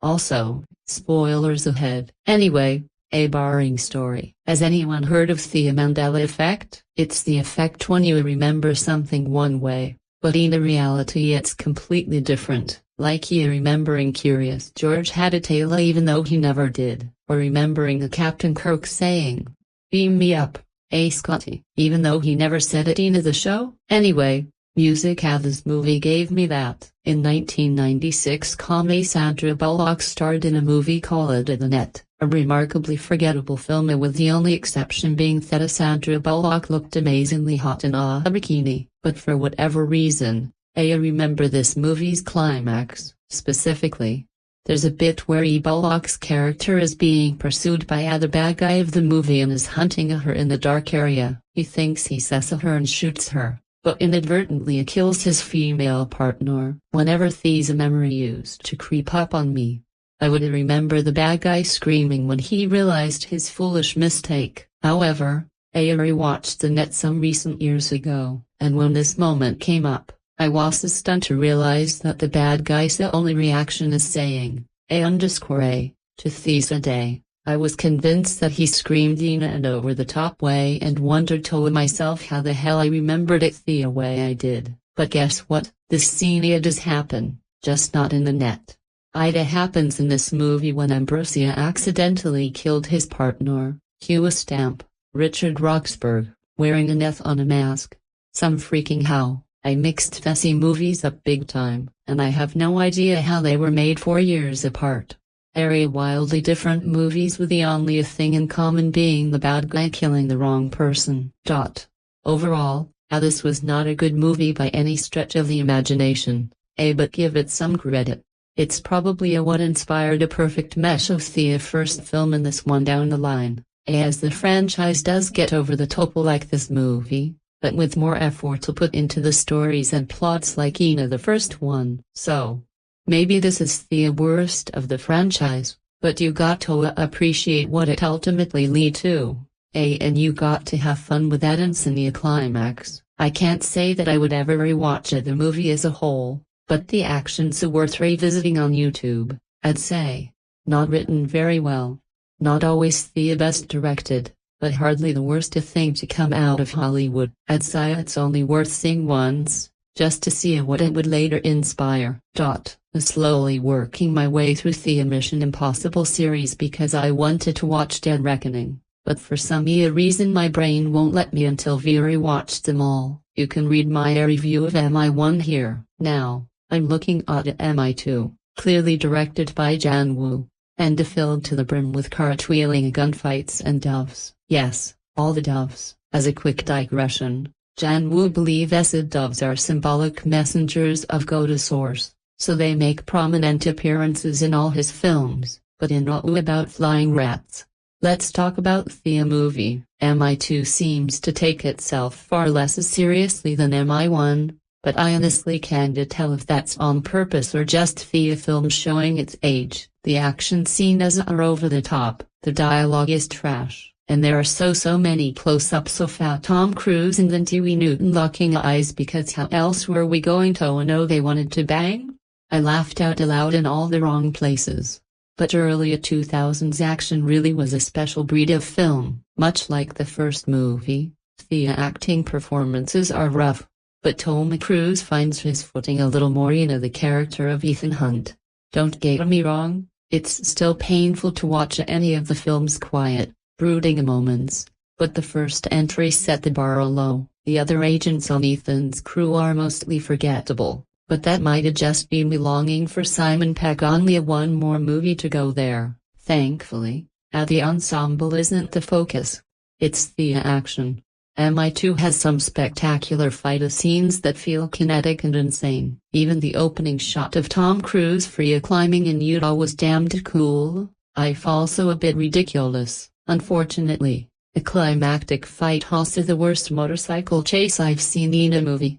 There are solid 5 minutes of two motorcycles circling and jumping over one another with a schizophrenic jump cuts to nearly give him a seizure. Put shortly, it was bad. Speaking of directorial choices, just about every other scene has a dramatic camera rotating away in the sky while our main character looks at the horizon. I got to the point that I was worried about camera operators having vertigo. Hopefully, someone checked them out. Inexplicably, I still enjoyed this film more than the first. Maybe it's because I believe Mission Impossible is better the farther away from reality it gets. Yes. There are no less than 4 scenes of agents ripping fake faces off.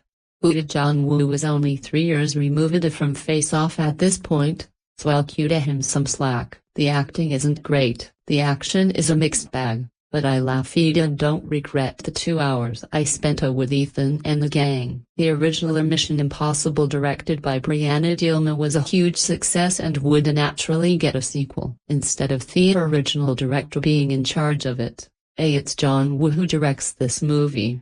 Woo, known for his over-the-top action movies like Broken Arrow and Face Off, so you can expect the kind of movie that we go to with Mission Impossible 2. It's known by pretty much everyone as being by far the worst in the series, and for very good a reason. However, the biggest problem with the movie isn't necessarily that it's cheesy and stupid. It's that it tries to do that while still having a rather dull plot. It's a rather mixed bag. From the very beginning, you can tell that something is off. By the time we cut to Tom Cruise rock climbing, you begin to notice that this movie seems like it's very much an 80s movie. Music, whether it be the music, the slow motion, the cheesy dialogue, Tom Cruise wearing sunglasses. It's no surprise that The Matrix came out the previous year, or Tom Cruise's hair. In order to enjoy it, you have to know that it's not really a Mission Impossible movie. Even the ridiculous aspects of the other films are amplified. For example, there are at least 4 face mask reveals over the course of the movie with no explanation or showing of characters even creating them. This is a very much a standard Tom Cruise action movie, not a Mission Impossible movie. At first, one would think, okay, it's not a Mission Impossible movie or a good movie, but at least it could be an entertaining movie. However, this movie is really dull and has such a mediocre story. On top of that, this movie has so much exposition dumps, and ironically, it tries way too hard to be serious. While this movie is very over the top with its action scenes, we don't get many of them until over an hour into the movie. And no that first hour into entertaining or intriguing in the slightest. If this movie was consistently cheesy and over the top, at least this movie would work on some way. But here we have a really by the numbers an average action movie that just has some moments of enjoyably ridiculousness. None of the cast the great here. Tom Cruise is not on a hunt here. He is trying to play an American James Bond Brosnan era. It's actually rather jarring how goofy he is here. He has a lot of charm, says on airliners, and acts like a playboy. Even the villain notes that he grins like an idiot every 15 minutes. While Ethan Hunt in the first Mission Impossible wasn't particularly deep and had some moments where he was just invincible, the character improved in MI3. He still had some vulnerable moments and wasn't a James Bond sort of character. For whatever reason, that wasn't present in the second film. Tom Cruise tries his best here, though, to his credit, he does go in with whatever he was told to do. He does have genuine charisma and is very dedicated. Also, all his stunts are great. And he is worth all the praise for it. From rock climbing in Utah to having a knife and nearly touch his eye halfway through a very intense fight scene near the end. Thandie Newton is a great actress. Here she's got really nothing to work with and doesn't leave any kind of impression. The relationship between her character and Cruise is so unbelievably and hilarious. Ethan Hunt has the smallest team here out of all the movies with only 2 people. The first is Ving Rhames, who returns as Luther Stickley, having appeared in every Mission Impossible movie. He's one of the best characters of the series. Unfortunately, it seems that all the personality and the humor was sucked from him, and I have no idea why. Despite this, he still fared better than the second team member, Billy Baird, played by John Polson, who was completely forgettable. The villain, played by Dougray Scott, is really a silly, cliché, and over the top, and not in an enjoyable way. He's also really boring and dull, and he gets quite a bit of screen time, so when he was on screen, he was just kind of annoying. He's really hard to take seriously and is by far the worst villain in the series. Richard Roxburgh plays an author villain, but he is a little better than Scott.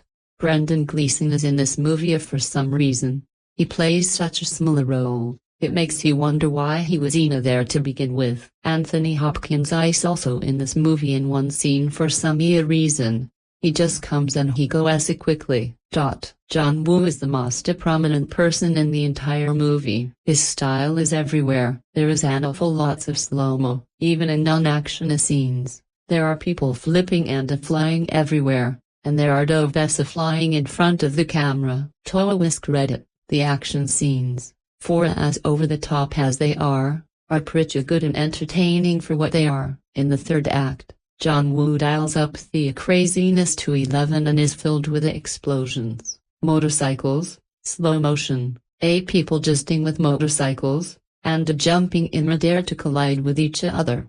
It's absolutely wild. The third act is so ridiculously stupid and filled with so many action cliches that it's actually entertaining and you stop caring about the dull plot. Also, the end fight features some pretty good stunts. In fact, the fight scenes are all done pretty well, even if it does feel out of place from other Mission Impossible movies. The CGI is quite bad and doesn't really hold up today. It's far from being the main problem with the movie. Hans Zimmer's score is pretty good. If you plan on watching the Mission Impossible movies, you don't need to watch this one. There's not really anything missing. It really has a dull plot with not much of substance, and despite all of the entertainment factors, it's still not enough to make this a completely entertaining movie. With that said, there is some fun to be had with Mission Impossible 2. Tom Cruise, despite not being Ethan Hunt here, is very dedicated. Some of the action is entertaining, especially in the third act, and it features so many silly moments that end up being hilarious. Just don't treat it as a Mission Impossible movie. Be aware that it's not like the other Mission Impossible movies, and I mean that in a bad way. Yes, I know it's not a great John Woo movie. It's not a great action movie. It's not even a great movie. However, I don't think that makes it a bad movie. I get really annoyed at this idea that if it isn't the best thing even then it has to be the worst thing even as a result. About the only thing more annoying is the groupthink thing that happens to some movies where just because the internet said it was bad people just fall into line and hate on it. It's like how everyone today pretends that they always thought the UX were stupid even though they spent the better part of the 8s with the UX doll and their backpack.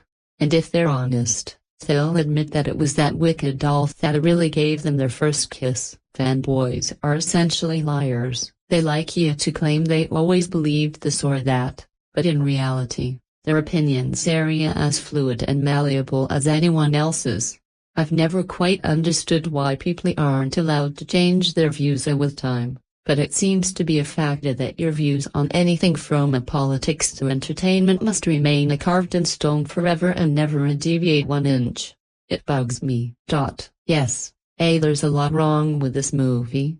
It's not that bad. It gets a lot of flack for not being as good as John Woo's older movies and not being as tense as Dilma's installment. That's justified the flack, though. What we actually have here is a movie that should have been better, but wasn't.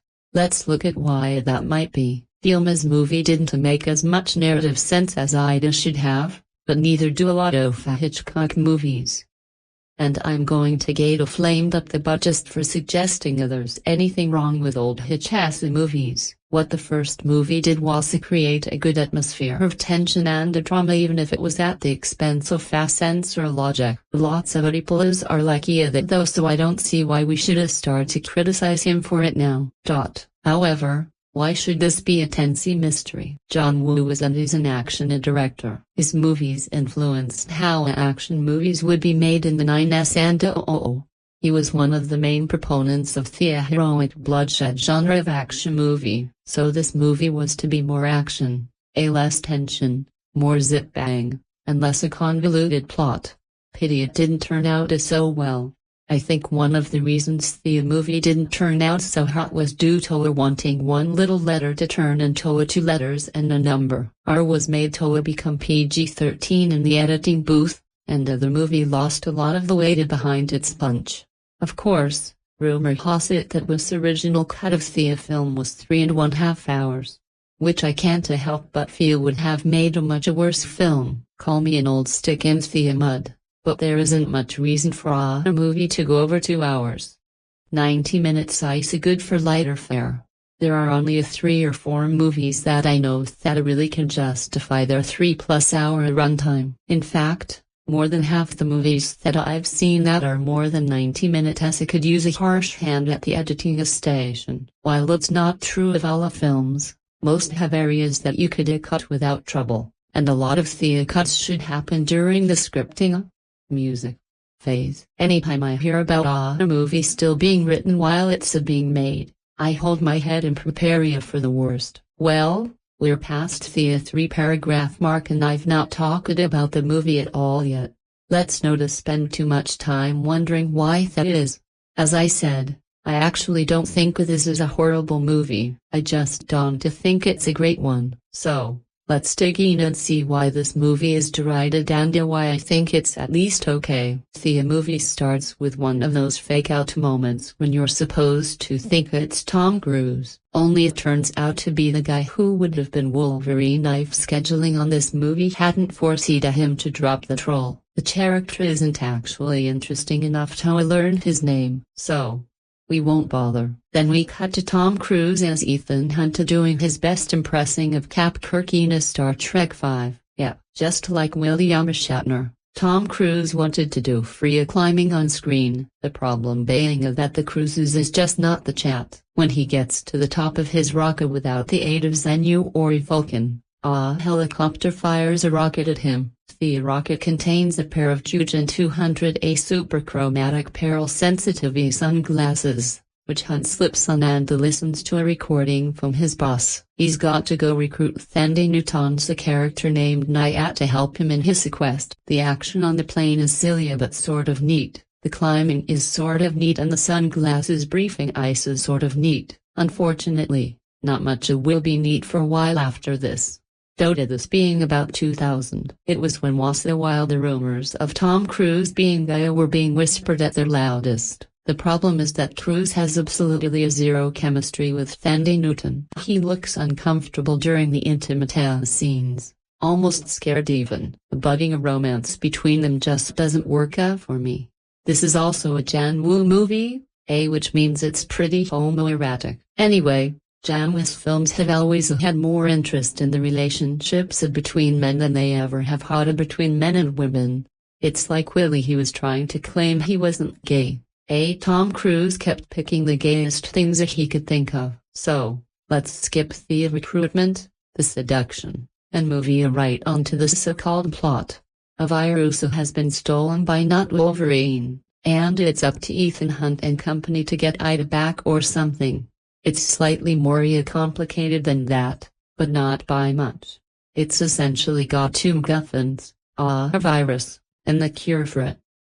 Naturally the plan was to steal both, but he only got the cure for the virus, so he needs to get a hold of the virus so he can create an outbreak so he can then sell the cure. Hunt is supposed to get the cure and the virus back to his bosses without letting an outbreak happen. Got it? Okay then. So Hunt gets arrested as a ploy to find not Wolverine, who is hiding out in Australia. We know it's Australia because in the space of a minute they fly by the Sydney Opera House, fly past some kangaroos and have been rewalking sheep droppings. So yes, defiantly Australia, we've got everything people outside Australia know about the place. All we need is some idiot to hunt a crocodile, drink a can of Fosters, wave around a big knife, and we'll be set. So we have some plot. Which plots along without much going on. It's always annoying when these action movies try to have a deep and meaningful plot or act like they know how a character should interact. Trying to mix drama and action almost always leads to neither being done very well. What could be a need by the numbers and action, thriller is weighed down by a fairly irritating love triangle that drifts into misogyny more than once and smashes into it head-on several times. While someone clearly wanted Nyat to be important to the story, in the end, she's just another object to be fought over, she's just not very interesting or useful, and in the end, she just pads out what should have been a tight movie. Instead of being quick and sharp, it's slow and messy. However, There are a couple of action scenes worth a watching.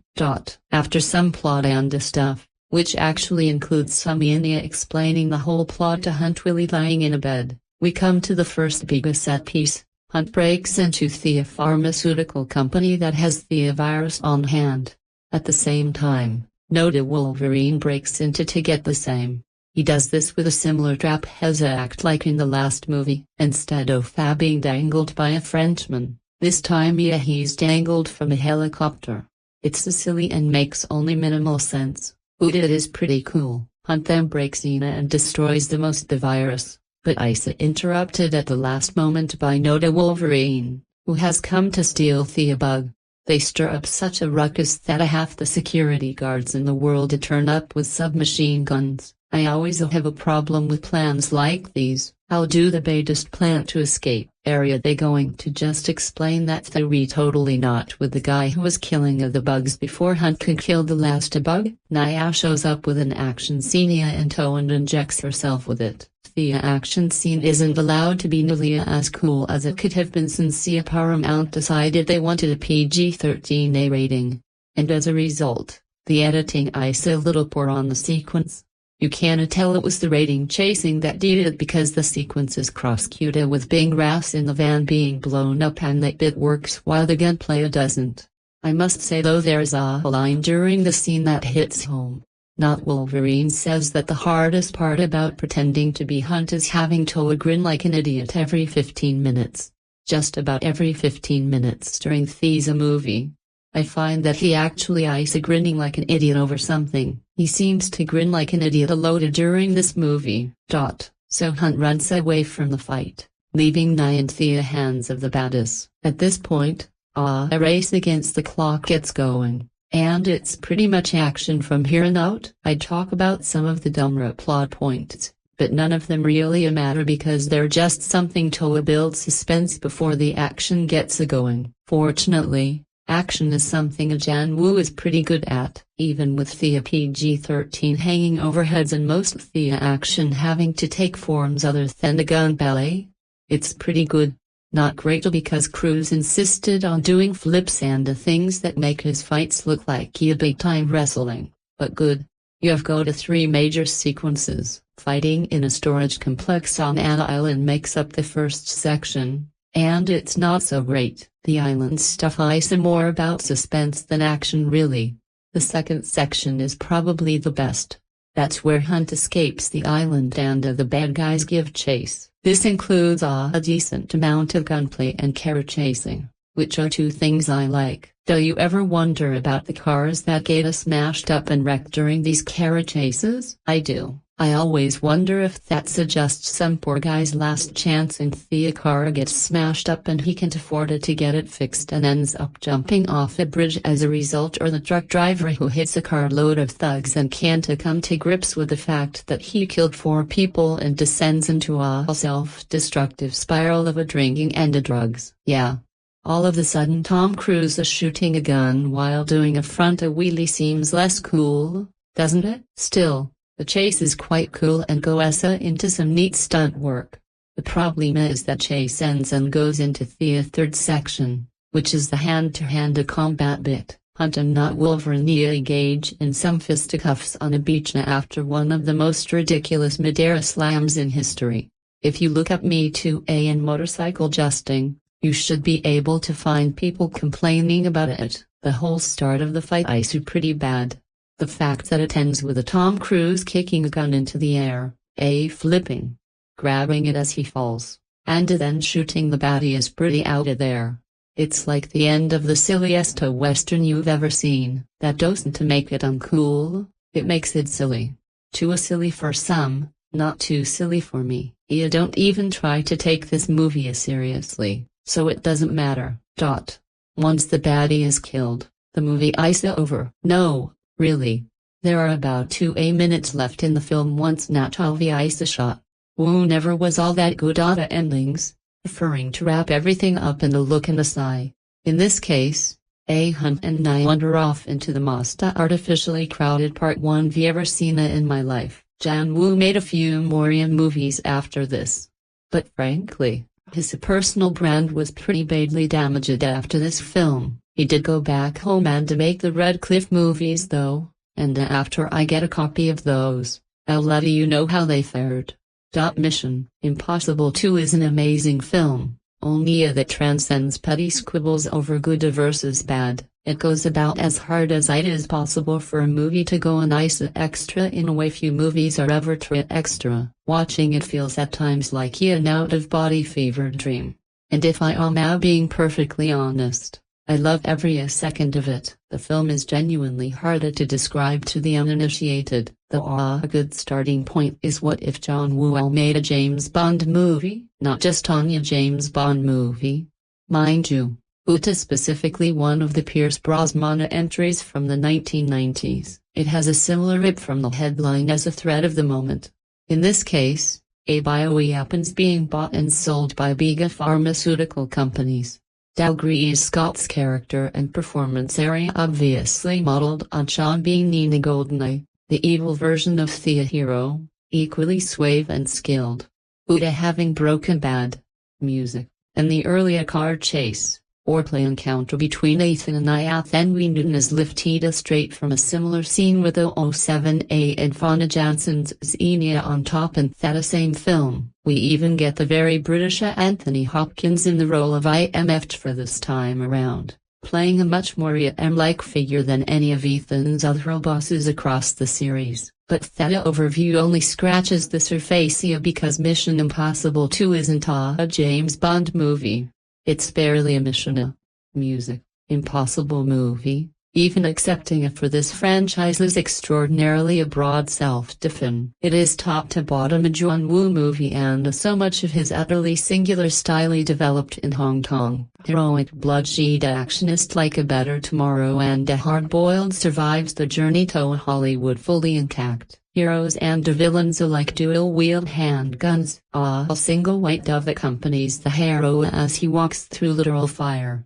Set pieces are punctuated by lovingly indulgent bursts of slow-motion acrobatics, and absolutely no one at any point in the movie ever reloads their guns no matter how many bullets they have fired. The film is also John Woo doing a sort of Alfred Hitchcock pastiche with a focused duality between Shaw Scott and Ethan. Naya's the ephemeral in between them and the strong voyeuristic overtones of Ethan watching Naya as she spies on Sean and vice versa with Sean spying on Ethan through Naya. The sheer amount of mask reveals in Thesa 1 is absolutely and absurdly Freudiana, and is the only Mission Impossible movie that uses the masks to instill a fundamental instability about who we are watching at any given moment, instead of focused bursts of twisty action or carefully crafted moments of espionage. Woo usually deploys the masks piloting in the moment where we see the characters put them on, turning Sean and Athena into full-on shapeshifters throughout the film. Tricksters whose battles often hinge on who can more thoroughly image the other. This culminates in perhaps the most memorable scene in the movie, where Ethan swaps places with Sean's right-hand man. Hugh Stamp, a Richard Roxburgh, and tricks Sean into brutally murdering his only friend in the world. If you stop and think about it for more than a second, the scene makes precious little sense. Did Athena come to the island with masks for himself and Stamp ready to go? Or did he bring the mask-making appliance with him and do it on the fly after being graced with a particularly gnarly burst of inspiration? But it's all pitched at this sporadic scale of mythical violence, the masks coming across more like tools of mischievous gods in an ancient epic poem, such that questions of strict realism or feasibility feel entirely out of place. That scene is a centerpiece moment of the third act. And while there is a lot I greatly enjoy in the film up to that point, the biotech infiltration scene in particular is pure dynamite. A clear play on the Langley heist of the first film, but where everything goes wrong and leads to a series of dramatic decisions and escalations that fundamentally reorient the film's stakes. It is the closing stretch where Woo fully unleashes himself, and the movie reaches its delirious peak. Once Ethan arrives on the island, the film blossoms into a grand opera of heroic bloodshed. Tom Cruise, stepping into the giant fat role as was protagonist, complete with his own guardian, angel dove. There are so many wonderfully unhinged images throughout the film's climax, Ethan walking through the fire like an avenging angel, Ethan taking out multiple carfuls of bad guys with just a motorcycle and a pistol, Ethan and Shauna doing a full-on joust with their bikes and colliding in midair, Ethan kicking the gun up from the sand as he drops to the ground to get the final shot on Shauna. All of it in sunglasses. Of course, with Cruise's long, wavy, positively dreamy hair whipping back and forth in the wind. Perfection. Hans Zimmer's score here is the most early 2000s thing you will ever hear in your life and dates the film in a way none of the other Mission Impossible movies are dated. But what he does at the climax of the final Shauna, Ethan fight is worth a specific mention, as Ethan gets into a martial arts stance, shifting his body into an entirely different kind of action language than the car and gun-driven action of the last half hour. Zimmer drops this little gong sound, quiet at first and then reverberating across the soundscape as all the guitars and synths go away. He then transitions into the kind of percussive beat you would hear in Wookiee and Kung Fu films of the 60s and 70s, rhythmically undergirding the motions of the body and the recurring impacts of fists and feet as Hunt finishes things in brutal yet graceful acrobatic fashion. It's amazing. Music, a great moment of synthesis where the composer perfectly follows the director as the film shifts from one kind of action language into another. The last time I wrote about this movie, I noted how it felt emblematic of the kind of casually virulent and dismissive misogyny found in so many action films of the 90s and early. I noted in particular one horrifying beat of sexism from Anthony Hopkins' character replying to Cruise, who insists Naya's no training for this kind of thing with to go to bed with a man and lie to him. She's a woman, she's got all the training she needs. And that is indeed an offensive jaw-dropper of a line. I think I sold the movie short last time in assuming the film affirms such attitudes by simply featuring them. Wu is actually pretty pointed in that scene and others to cut to Ethan looking visibly disgusted by what he just heard. Our hero never plays along with fussy attitudes, is openly hostile to the idea of putting Naya in a honeypot situation with Shauna, and not only bristles at the use of gendered hate language, but cesses his rage towards Shauna hypercharged by other villains' repeated use of the A_A epithet.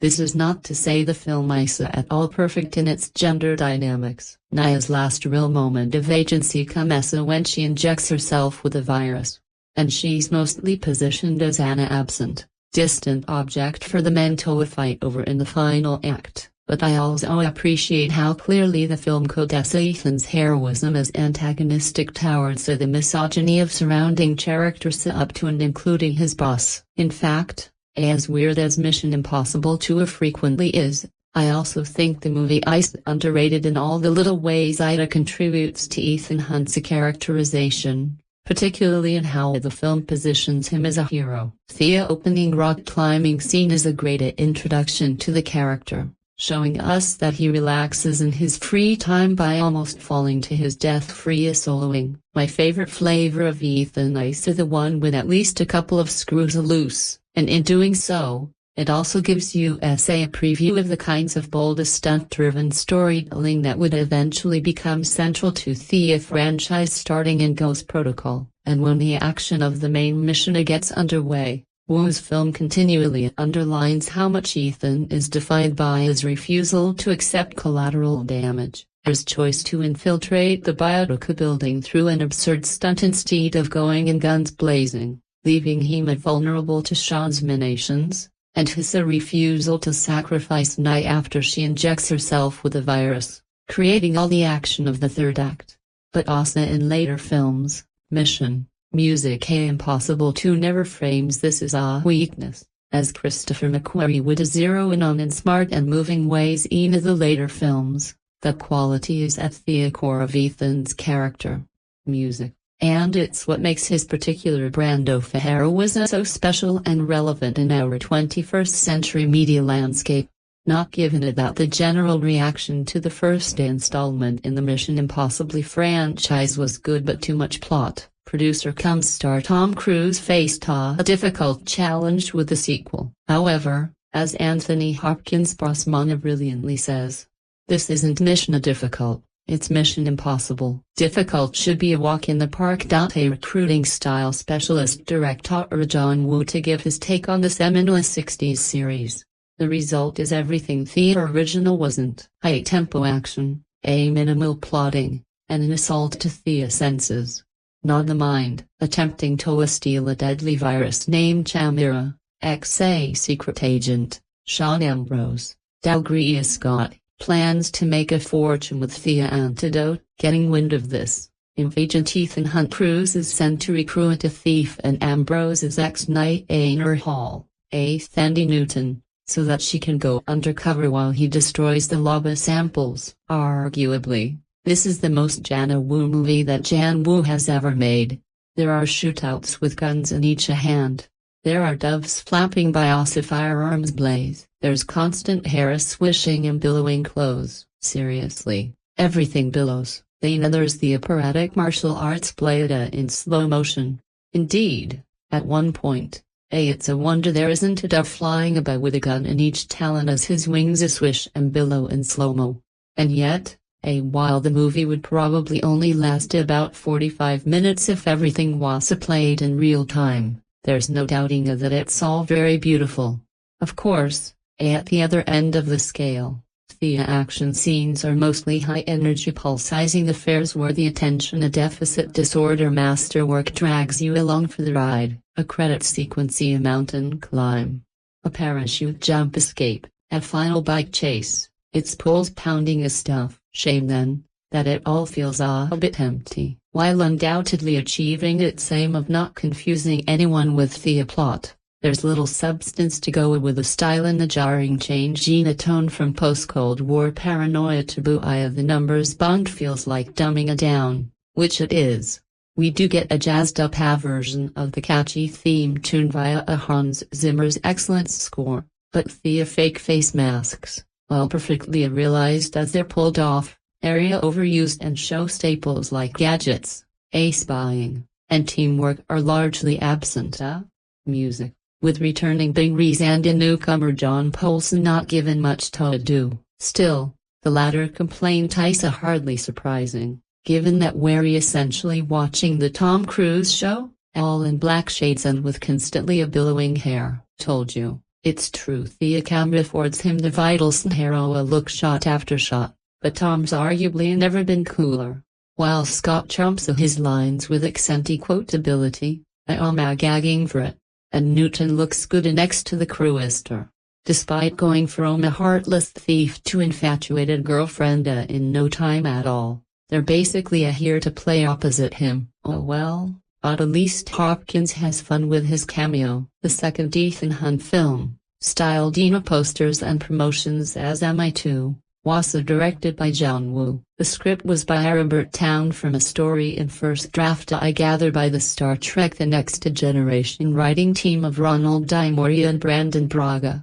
This is the only non production the two writers worked on as a team, and I can only surmise that they got the job due to their work in all the earlier Paramount features Star Trek Generations and Star Trek First Contact. That makes this the first me-feature film to have a connection to Star Trek, which was the sister show of the original Me series. The film follows the precedent of the last 5 television seasons, counting both series, by commencing with a cold open, establishing the crisis. A scientist named Nick Horvich has arranged with the IMF to deliver a secret called Chimera and is shepherded on a jet by the only man he trusts, Ethan Hunt.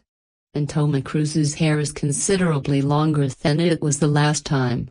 But then Ethan, the pilot, and several others contrived to knock out the crew and passengers of the jet and steal the package the scientist was delivering. As Ethan gone evil, he rips off his Ethan mask to reveal Dougray Scott and peels off a new innovation, a throat patch that alters his voice, and once it's gone, his accent is suddenly Scottish. He and his men point the jet at a mountain and bail out before it crashes. Smash cut to a Moabita, where we get the series' first installment of Ethan Hunt climbs things.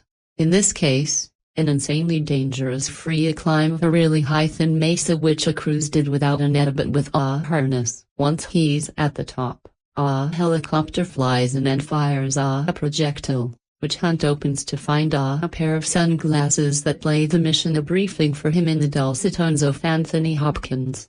A vast improvement over the previous film's heroic journey. Hopkins's spiel goes directly from "Good morning, Mr. Hunt, to your mission. You choose to accept it without any initial exposition, and the mission described is simply to retrieve the stolen chimera. No more explanation." Already we're getting a sense of the relative emphasis on exposition versus action in this film.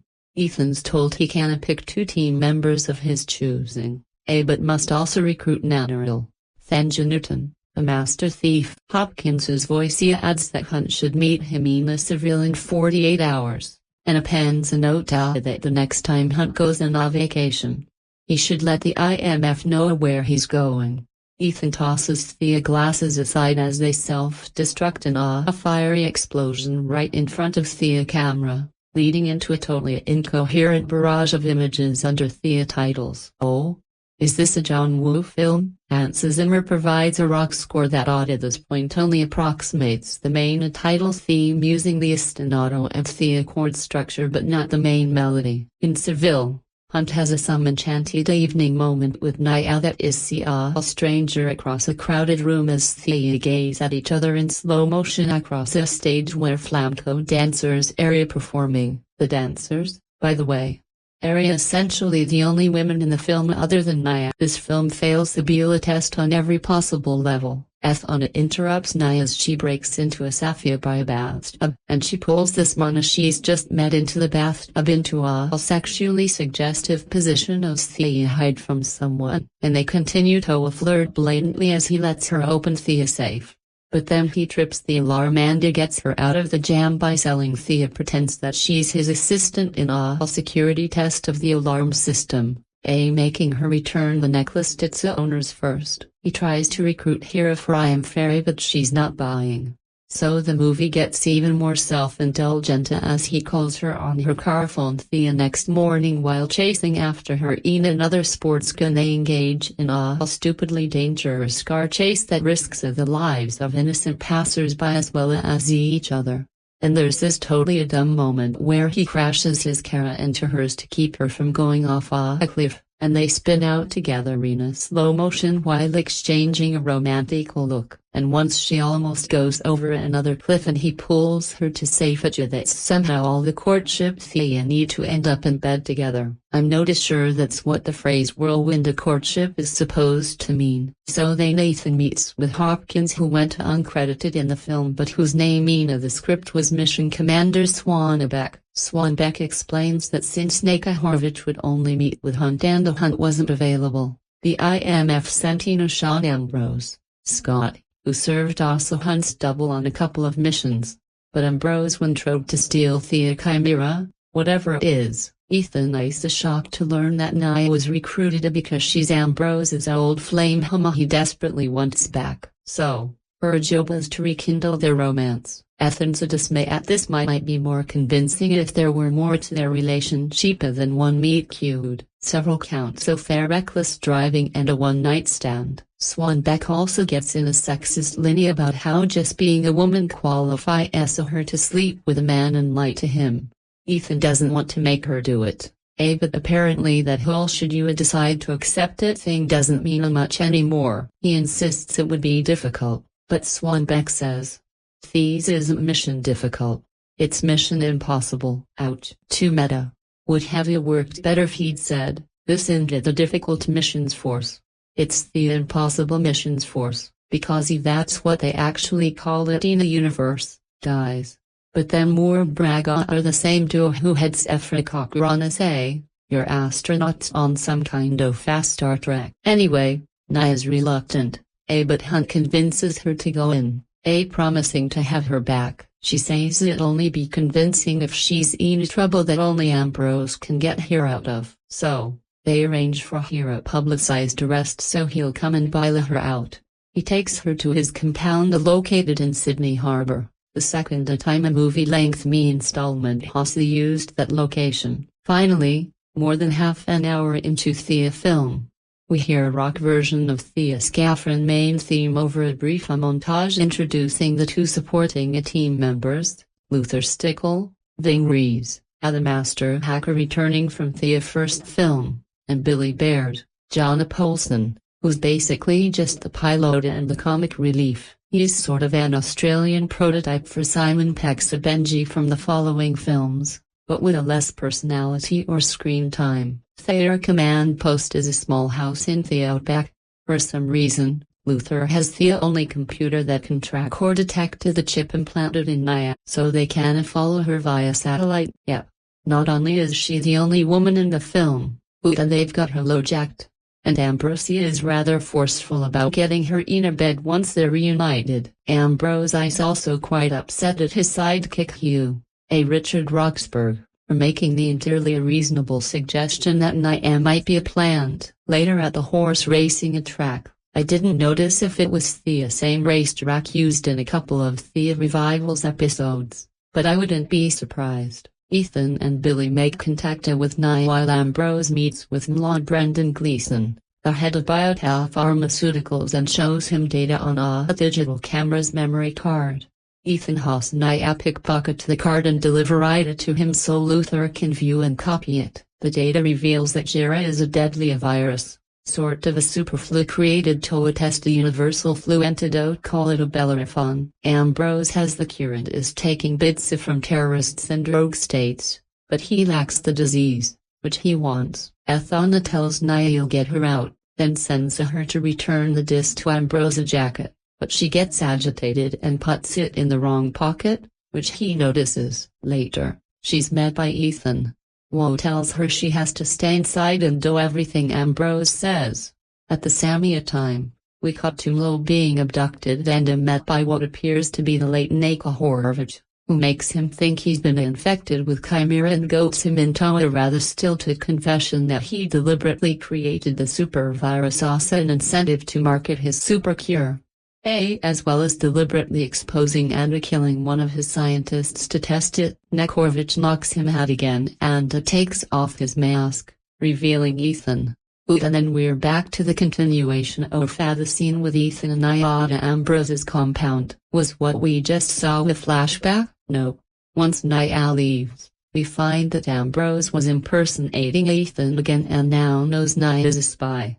He also knows Ethan plans to raid Biotia to destroy the virus and knows him well enough to anticipate his plan. The movie rather blatantly imitates its predecessor by requiring Ethan to drop on a cable down a very high shaft in order to get to the virus lab without anyone knowing. Then he breaks in and sets to destroying Chimera during a window when some kind of generator is active. So comms are down and I guess alarms are off or something. I wasn't clear on that part.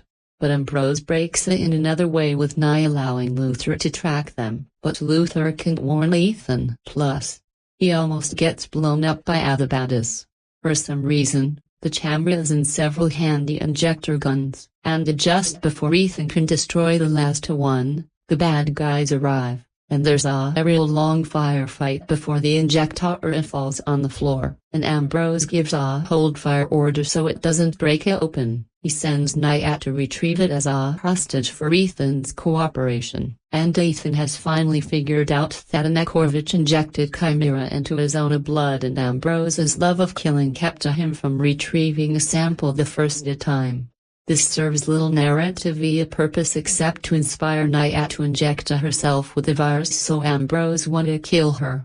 And why would that work? He doesn't need her alive to retrieve a sample of her blood. Ethan has to leave her behind when he blows out the wall and escape as via parachute. Did I mention the lab was on the 42nd floor? I guess his chute couldn't handle the extra weight, as he got 20 hours to save her before it's incurable. Ambrose meets with Mlo for his payoff for the Bellerophon.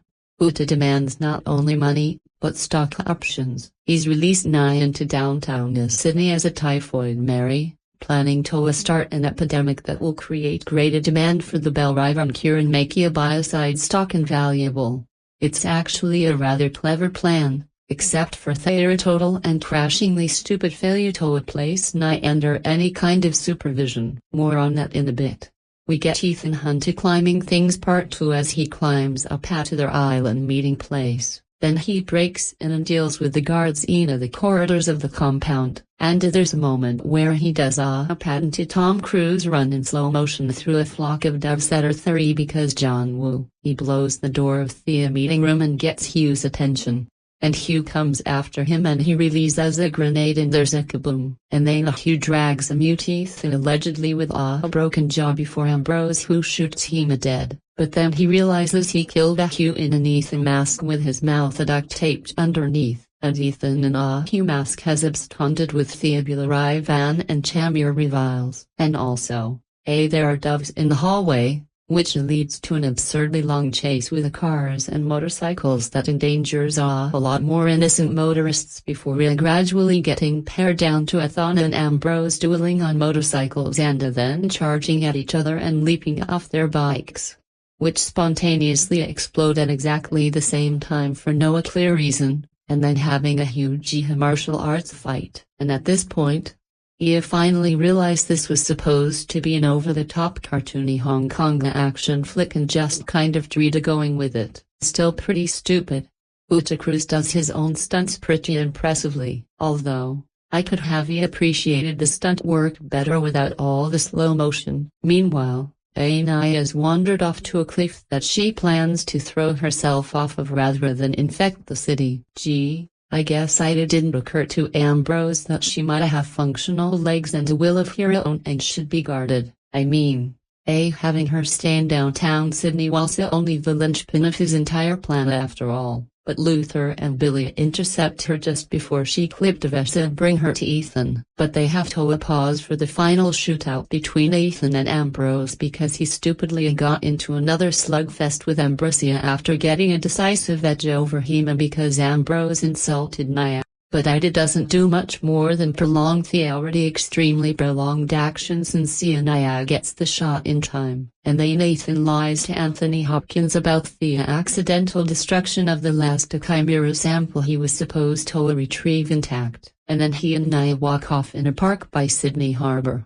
And we get an end title song by Limp Bizkit, whatever that is, that incorporates the Scaffens theme into it. Mission Impossible 2 places far more emphasis on stylish action than on storytelling. Much of the film is made up of lengthy action sequences, dramatic slow-motion shots, and visually flashy set pieces. If you enjoy style taking priority over substance, see especially John Woo's signature style, you may find plenty to appreciate.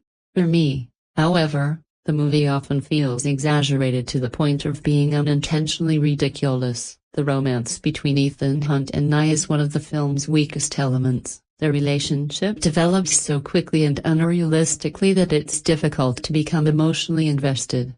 The climactic motorcycle chase is another example of the film's over-the-top approach. The bikes survive impossible amounts of punishment, including crashes and gunfire, only to explode the moment both riders jump off. It's visually exciting, but it stretches believability far beyond its limits. Unlike most entries in the Mission Impossible series, this film doesn't really feel like a team mission. Instead, it's largely a solo adventure for Ethan Hunt.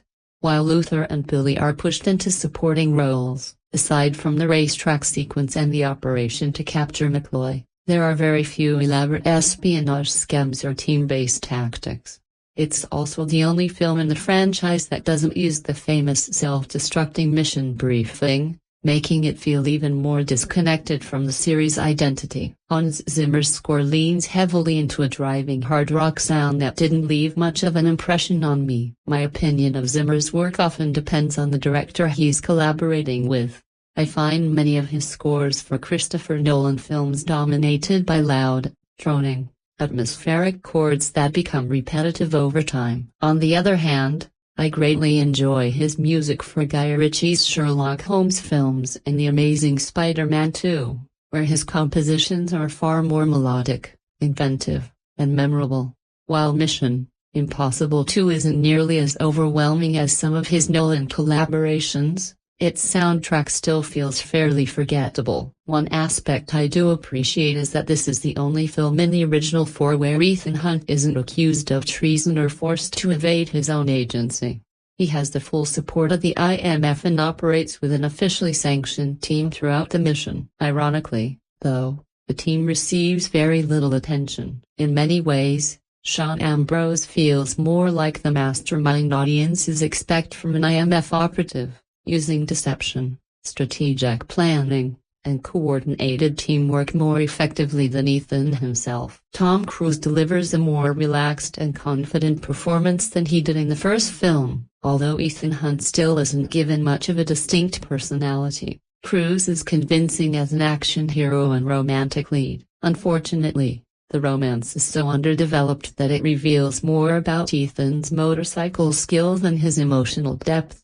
Thandai Newton gives a strong performance as Nia. While the script primarily asks her to be attractive and mysterious, she brings intelligence, confidence, and determination to the role, elevating material that doesn't always give her much to work with. Anthony Hopkins is dependable as always, though his performance feels more like a brief appearance than a fully committed role.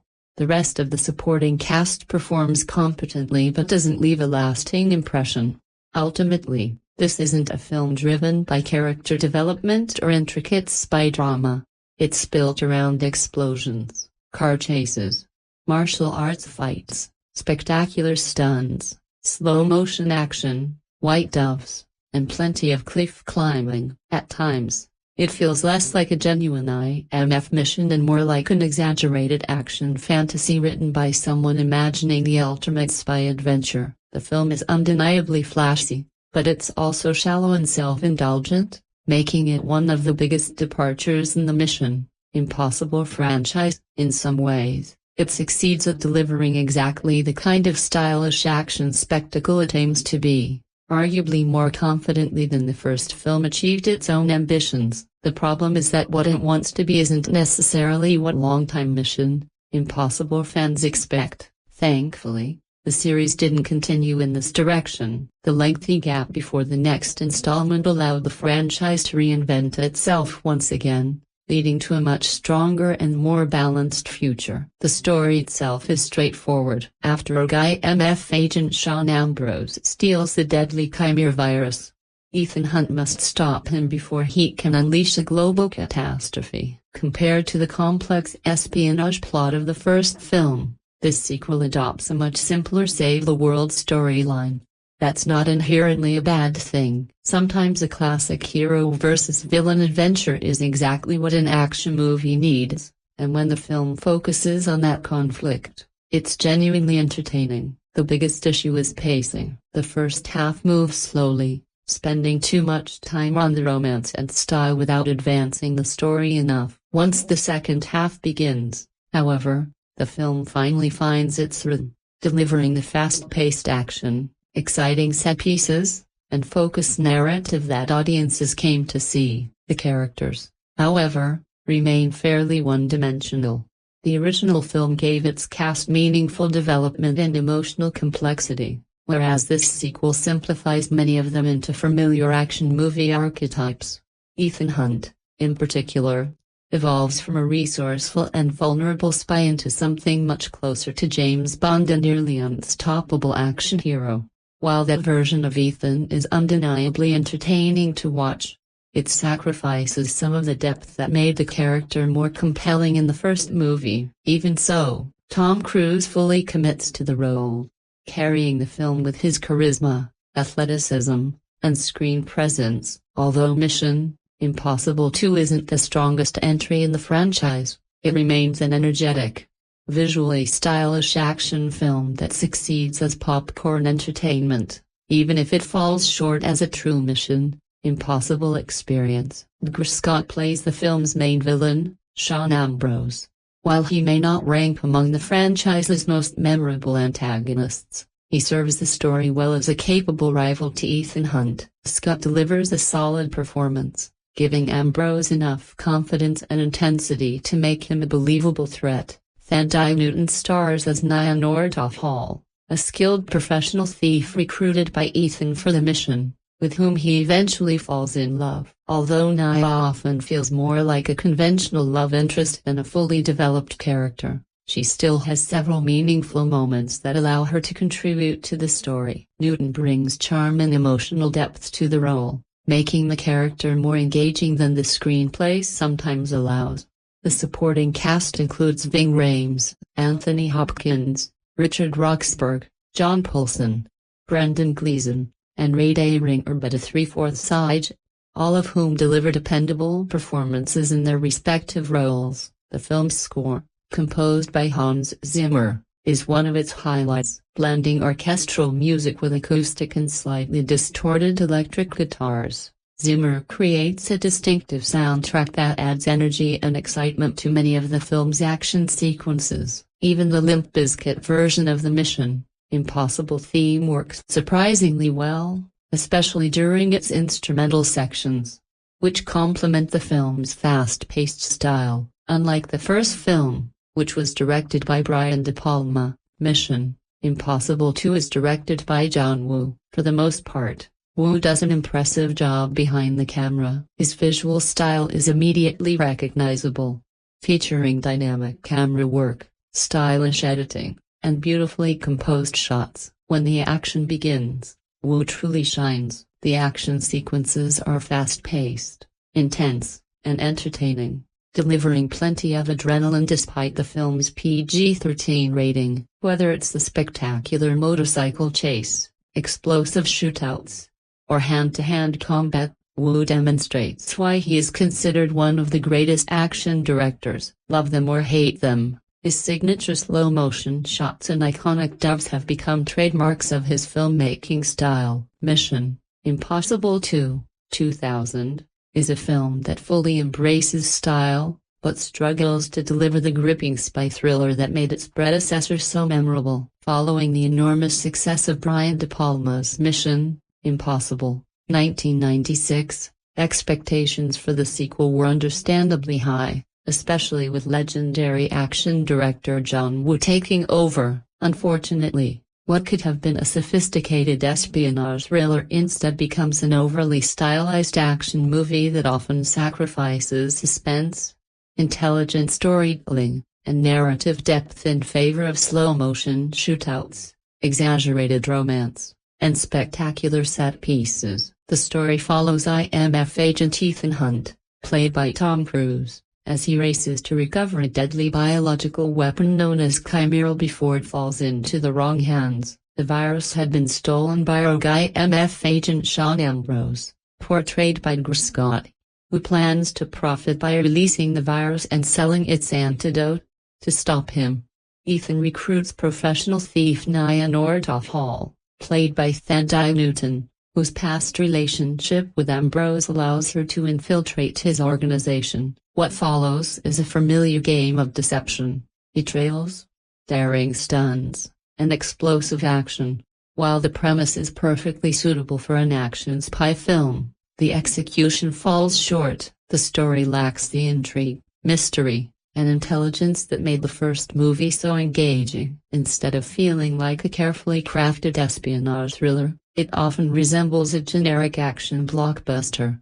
The plot is predictable, and Robert Towne's screenplay feels surprisingly straightforward for a Mission Impossible film. The pacing is uneven, weighed down by an underdeveloped romance and lengthy action sequences that rarely move the story forward. Tom Cruise once again delivers a fully committed performance as Ethan Hunt. His dedication to the role is undeniable, particularly during the breathtaking free-climbing sequence that opens the film. However, unlike the first movie, which portrayed Ethan as a clever strategist navigating an intricate web of deception, this sequel simplifies him into a more conventional action hero. While Cruise's physical performance is outstanding, the character loses much of the complexity that previously defined him. Thandai Newton's Nia begins as an intelligent and capable thief, but gradually becomes more of a damsel in distress than an active participant in the mission. Her relationships with both Ethan and Ambrose are intended to create emotional conflict, but the romance feels forced rather than convincing. Although she and Cruise share some chemistry, it never becomes strong enough to support the emotional weight the film tries to create.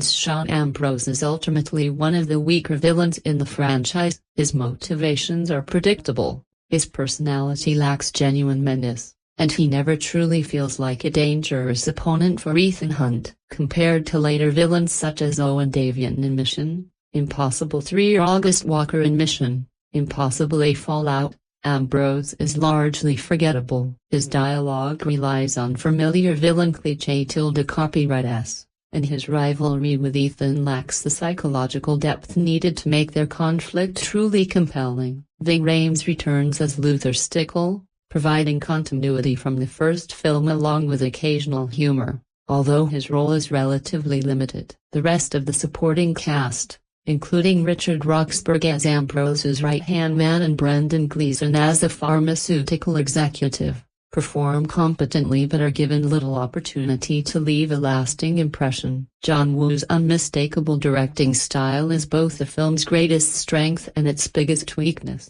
Renowned for his slow-motion cinematography, elaborate gunfights, and highly choreographed action, Woo brings unmistakable visual flair to Mission Impossible 2. However, the film often places style above substance. While sequences like the climactic motorcycle chase and the assault on Ambrose's compound are undeniably spectacular, they rarely generate the suspense or emotional tension that make action scenes truly memorable. The heavy reliance on slow motion, flying doves, and dramatic pauses occasionally makes the film feel more self-indulgent than exciting. Unlike Woo's classics such as Hard Boiled, 1992, and Face Off, 1997, which successfully balanced emotional storytelling with thrilling action, Mission Impossible 2 often resembles a collection of stylish music video-inspired set pieces connected by a relatively weak narrative.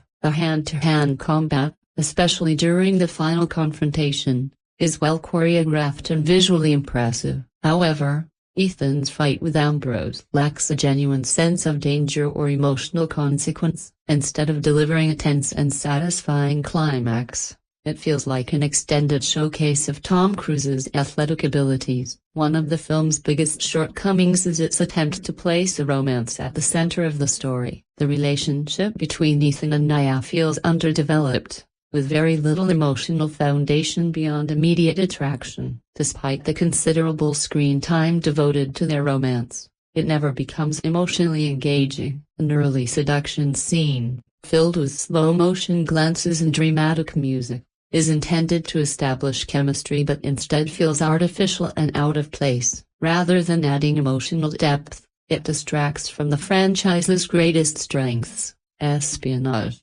deception, betrayal, and high-stakes missions. Ultimately, the biggest weakness of Mission Impossible 2 is its decision to prioritize stylish action over intelligent storytelling. While the film delivers visually impressive set pieces and memorable action choreography, it lacks the suspense, clever plotting, and emotional depth that made the original such a standout entry in the series. While the first Mission Impossible thrived on suspense, deception, and intricate plot twists, the sequel leans heavily into loud, over-the-top action with very little substance beneath the spectacle. The franchise's signature heist elements are largely missing, replaced by lengthy gunfights and increasingly unrealistic stunts.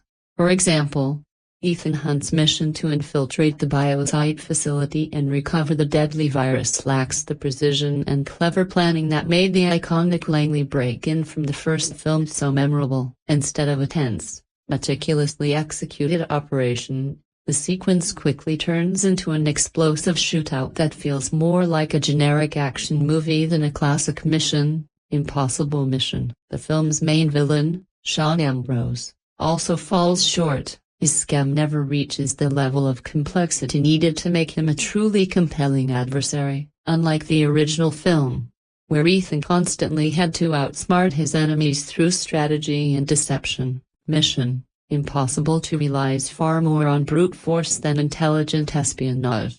Overall, Mission Impossible 2 stands as one of the weaker entries in the franchise. Tom Cruise's committed performance, John Woo's stylish direction, and Hans Zimmer's powerful musical score provide moments of entertainment, but they weren't enough to overcome the film's shortcomings.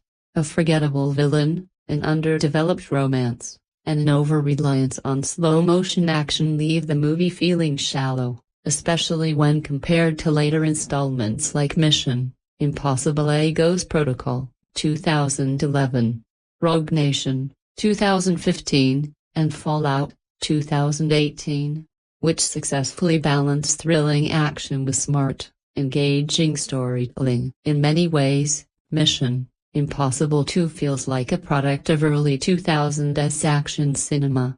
Prioritizing style over substance, it certainly looks impressive, but it lacks the intelligence, suspense, and strong storytelling that define the best films in the Mission Impossible series. The film was directed by John Woo, with a screenplay by Robert Towne and a story by Ronald D. Moore. Based on the classic Mission Impossible television series, it was produced by and stars Tom Cruise. The cinematography was handled by Jeffrey L. Kimball, the editing by Christian Wagner, and the score was composed by Hans Zimmer. Produced and distributed by Paramount Pictures, Mission Impossible 2 was released on May 24, 2000. It has a runtime of 123 minutes and was produced in the United States in the English language. Made on a budget of approximately $125 million, the film was a major commercial success, earning an impressive $546.4 million at the worldwide box office.